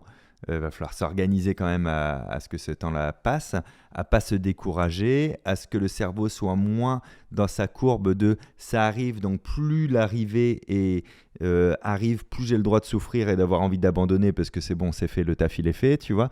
Donc j'ai plus réglé ça, dont mon fameux système de blocs menteurs qui marche très bien. Un marathon pour moi c'est 4 blocs, 3 blocs de 11 et un de 9. Je le sais, mais mon cerveau, au plus profond de lui, ne verra que 4 blocs identiques, même si moi je sais que le dernier est plus rapide. Quand j'ai passé pour le marathon de Paris le semi, donc le 21 quoi, je n'ai eu aucune émotion parce que c'était pas la fin de mon deuxième bloc. Ma moitié, c'était la fin de mon deuxième bloc. Et la fin de mon deuxième bloc n'existe pas parce que c'est le début de mon troisième bloc. Donc t'imagines, le pouvoir psychologique était très puissant qu'au 22e kilomètre, moi, je ne suis pas en train, comme tous mes camarades, de me dire « je viens de passer la moitié ». Moi, au 22e kilomètre, je suis en train de me dire « allez, je suis dans mon 3/4 ». C'est énorme d'être dans son 3/4, tu vois. Donc, c'est très motivant. Et donc, j'ai plutôt utilisé tous ces trucs comme ça qui me permettaient de mal percevoir ma réalité. Intéressant. Moi, je les découpe en blocs de 5 km, mes marathons, pour me dire je sais combien je dois faire sur ce 5 km pour atteindre tel objectif. Et du coup, à chaque fois, c'est un reset de bon, ok, j'ai fait ce 5 km à ce temps-là, quelles sont les sensations à ce moment-là? Dans tous les cas, tu continues, mais Oui. en gros, de faire ce petit check tous les 5 km pour se dire, je sais ce que moi, je connais les sensations que je dois avoir, et se dire, est-ce que je suis sur le bon plan? Est-ce que ça déraille? Et c'est pas infaillible, parce que typiquement, je reprends marathon de Valence il y a 1 an et quelques, je sais plus quand. J'ai eu un moment de creux où entre le 25 et le 30, en fait, à un moment, j'ai eu, je sais pas pourquoi, je suis passé en mode ah, j'y arriverai pas, ça ralentit et ça perd du temps d'un coup. Ça, tu sais que c'est. Enfin, ça peut être physique si ton ravitaillement est pas bon, que t'étais pas prêt. Mais là, moi, a posteriori, tu sais que c'est mental. C'est juste, oh là, ça commence à être difficile, on est encore loin de l'arrivée. 15 km de l'arrivée, enfin 17, c'est très loin pour tout le monde. Et du coup, bah, tu commences à ralentir. Ça m'a pris 2 km pour me dire hey, mais qu'est-ce que tu fais? En fait, tu t'es perdu. Parce que quand je suis arrivé au 30e, j'ai regardé le chrono, je dis t'as perdu 30 secondes. Et en fait, non, t'aurais pas dû perdre 30 secondes à ce moment-là parce que si tu fais ton check, tu dis non, ça va encore en fait. Ça va pour quelqu'un qui a couru 30 bornes à allure marathon, mais ça va encore. Donc, bah, tu te remets finalement dans ton. C'est drôle. Et ça, je pense que tout le monde peut y arriver à un moment parce que bah, la petite voix qui nous dit hey, ça va pas, ralentis. Faut jamais oublier que c'est une petite voix. Et que le cerveau, dans tous les cas, il va toujours essayer de nous faire ralentir parce que lui, ce qu'il veut, c'est un état de « oh, je suis en contrôle de tout est bien, tout va bien ». Et ça, bah, c'est grosso modo, c'est rien faire. Ce qui est pas bon pour la santé, mais quand tu es sur un marathon, lui, il voit ça comme une agression, en fait, d'une certaine manière. Et il faut réussir à se dire « non, t'inquiète pas, tu vas pas tomber ». Et dans tous les cas, si jamais on avait un problème, le cerveau sait nous arrêter et il va nous préserver. Mais dans le moment, c'est dur. Par contre, c'est très très dur. Le système des blocs, il a été ultra efficace pour moi et je le garde encore aujourd'hui sur l'envie de contrôler mon temps de course. Quand je dis que j'étais à 7 minutes par kilomètre tout le long, ce n'est vrai que au regard de mes blocs. Chaque bloc a été fait en 7 minutes par kilomètre. Mais c'était des blocs de 11 km. Je n'ai jamais su quel était mon temps réel à l'instant T, ma vitesse réelle. Et pour moi, ça a été formidable. C'est-à-dire que quand je m'arrêtais à un ravito, je prends un peu d'eau, tac, machin, je bouffe un truc et tout, je repars. Mon bloc, au lieu d'être à 7 minutes par kilomètre, sur mon bloc 1, là, d'un coup, il est à 7,02. Et je me dis, en 2,5 km, je vais les rattraper, ces 0,2. Mais j'ai pas vu que pendant peut-être 15 secondes, j'étais à 8,30 parce que j'étais en train de boire un verre d'eau, etc., qui aurait pu me fumer, en fait, tu vois. Et d'avoir juste cette vision sur 11 km à chaque fois de mon temps, ça a été génial de la Côte des Gares, je sais pas à quelle vitesse je l'ai faite. C'est sûr, je ne l'ai pas faite à 7 du kilomètre, tu vois. Mais j'en sais fichtrement rien. Et c'est trop bien de ne pas le savoir. Parce que ce bloc de 11 où il y a la Côte des Gares, j'étais à 7 en moyenne. Finalement, ça s'est régulé. Ça, j'ai kiffé ça. C'est pour moi un grand truc. Ça et le fait de ne pas repérer la course en amont, qui est plus personnel. Du coup, pourquoi ça fait 2 fois que j'en parle, mais pourquoi je n'ai pas repéré ce tracé. Je pense vraiment que ça, c'est ma vie d'homme de spectacle qui a fait ça. C'est-à-dire que sur scène, l'histoire de ma vie, c'est de gérer mon trac. Il ne faut pas qu'il monte trop tôt. Il viendra. Je ne peux pas lutter contre. Par contre, je peux lutter son apparition. Donc, je peux être inconscient de ce qui m'attend. Et comment je peux être inconscient de ce qui m'attend ? Vraiment en faisant autre chose, en pensant à autre chose et en ayant une préparation exemplaire. Donc pour le spectacle, ça veut dire j'arrive en forme, j'ai pas picolé, j'ai travaillé mon spectacle, je le sais sur le bout des doigts, etc. Il a fait ses preuves en rodage, donc il n'y a pas de raison que parce que ce soir c'est le Zénith de Paris, je sois moins bon que l'autre jour quand j'étais dans le café-théâtre de Nantes. Il n'y a aucune raison. Donc je peux me rendre inconscient de ça. Mon track, je me le prends pleine balle 5 minutes avant le show. C'est pour ça que je commence à l'heure, parce qu'après, il ne faut pas me faire attendre, parce qu'il est trop haut et là, il faut y aller, il faut consommer cette énergie. Mais il ne faut pas que je me sois préparé à cet instant-là. Il faut que je le découvre en étant certain d'avoir préparé tout ce que j'avais à préparer. Si je le découvre avant, si par exemple on fait une longue répète dans l'après-midi au Zénith de Paris, je vais avoir le trac toute l'après-midi parce que j'ai vu ces 5000 sièges. C'est bon, j'ai l'angoisse, tu vois. Donc j'ai appliqué le même truc pour le marathon. Pour moi spécifiquement, pour l'instant, c'est ce qui marche. Dans le côté, je ne cherche pas à faire des performances, je suis dans le plaisir, mais je ne veux pas m'inquiéter. Ça a été le meilleur truc à faire de pas repérer, de pas me renseigner, de découvrir à chaque fois. Ok, là il y a cette grande montée, ah ouais. Et après ce virage, c'est bon. Eh non, elle continue, incroyable, ça ne s'arrêtera donc jamais. Et ça descend là, c'est super, tu vois. J'étais dans cette découverte là. Ça, il y a 2 choses hyper intéressantes. C'est j'aime bien les petites courses aussi pour ça parce que tu peux arriver un peu dernière minute, contrôler ton temps et te dire. J'arrive juste avant le départ, comme ça je serai pas là pendant une demi-heure parce que t'as rien d'autre à faire un peu que stresser pendant ce moment-là. Donc quand t'arrives juste avant, bam, bon, les petites courses c'est celles qui te disent on va partir 10 minutes après, et là t'as un autre affaire, un autre aspect parfois qui peut te perturber. Mais là aussi où je voulais revenir, c'est ce côté marcher sur les ravitaillements pour prendre son ça, tout le monde se dit oh là là mais je vais perdre plein de temps. Au global sur une course, perds quasiment rien. Tu continues de marcher, donc déjà, tu n'es pas à une allure zéro. Et en plus, ces petites 10 secondes-là, en fait, ils représentent tout petit morceau sur ta course. J'ai pris 100% de ce que je buvais en marchant. Je suis à 2 doigts de conseiller aux gens, à tout le monde de faire ça quasiment, parce que c'était trop bien. Sur mon dernier marathon, là, quand j'ai marché à cause de crampes, j'ai dû marcher 9 ou 10 fois et ralenti tout le reste, mais au global, j'ai perdu que 6 minutes. Ouais. Et moi, j'ai pas juste marché. Si j'avais marché des petites 10 secondes par-ci par-là, en fait, j'aurais peut-être perdu 1 minute sur ma course. C'est ça. Vraiment pas grand-chose, en fait. Et ce côté-là, en fait, sur des distances longues comme le marathon, te permet de casser le rythme et de casser l'habitude musculaire qui est ce qui fait le plus mal. Du coup, tout se relâche pendant ce temps-là. Et après, tu repars et tu as redescendu d'un cran. Et moi, ça m'a fait un bien fou, quoi. C'était vraiment trop bien.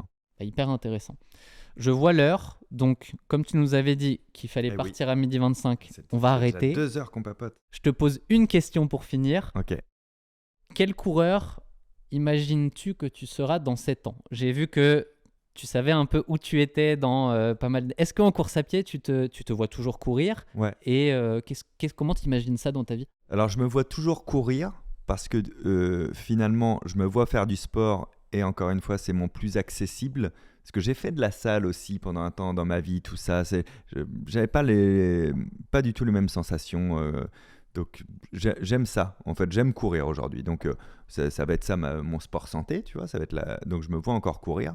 Je me vois encore prendre des dossards de temps en temps. Peut-être pas des marathons. Je me vois pas faire beaucoup de marathons d'ailleurs dans ma vie. Là, j'ai un peu mon arc marathon, mais je vois bien que c'est pas ma distance préférée, tu vois. Le 10 et le 21, ça me plaît beaucoup plus. Mais je me vois prendre des dossards parce que même si je fais pas ça pour la perf, finalement, je suis aussi un homme d'engagement et d'ego. Et donc, quand je prends un dossard, j'ai pas envie de foirer cette course-là et de m'être mal préparé. Donc, ça m'aide à me préparer. Bizarrement, le jour de la course, je pourrais ne pas la faire, cette course, que je m'en fous un peu. Mais ça a été mon phare pour maintenir mes 3 entraînements par semaine, tu vois. Donc, Je partage totalement parce que là, en ayant stoppé marathon, je dis j'ai plus vraiment d'objectifs. Et les courses que j'avais, je les voyais comme ouais, bon. Et en fait, ça marche pas. Parce que sans ça, je perds ce il y a lien moins avec de quelque sens. chose qui Ouais. m'emmène au quotidien.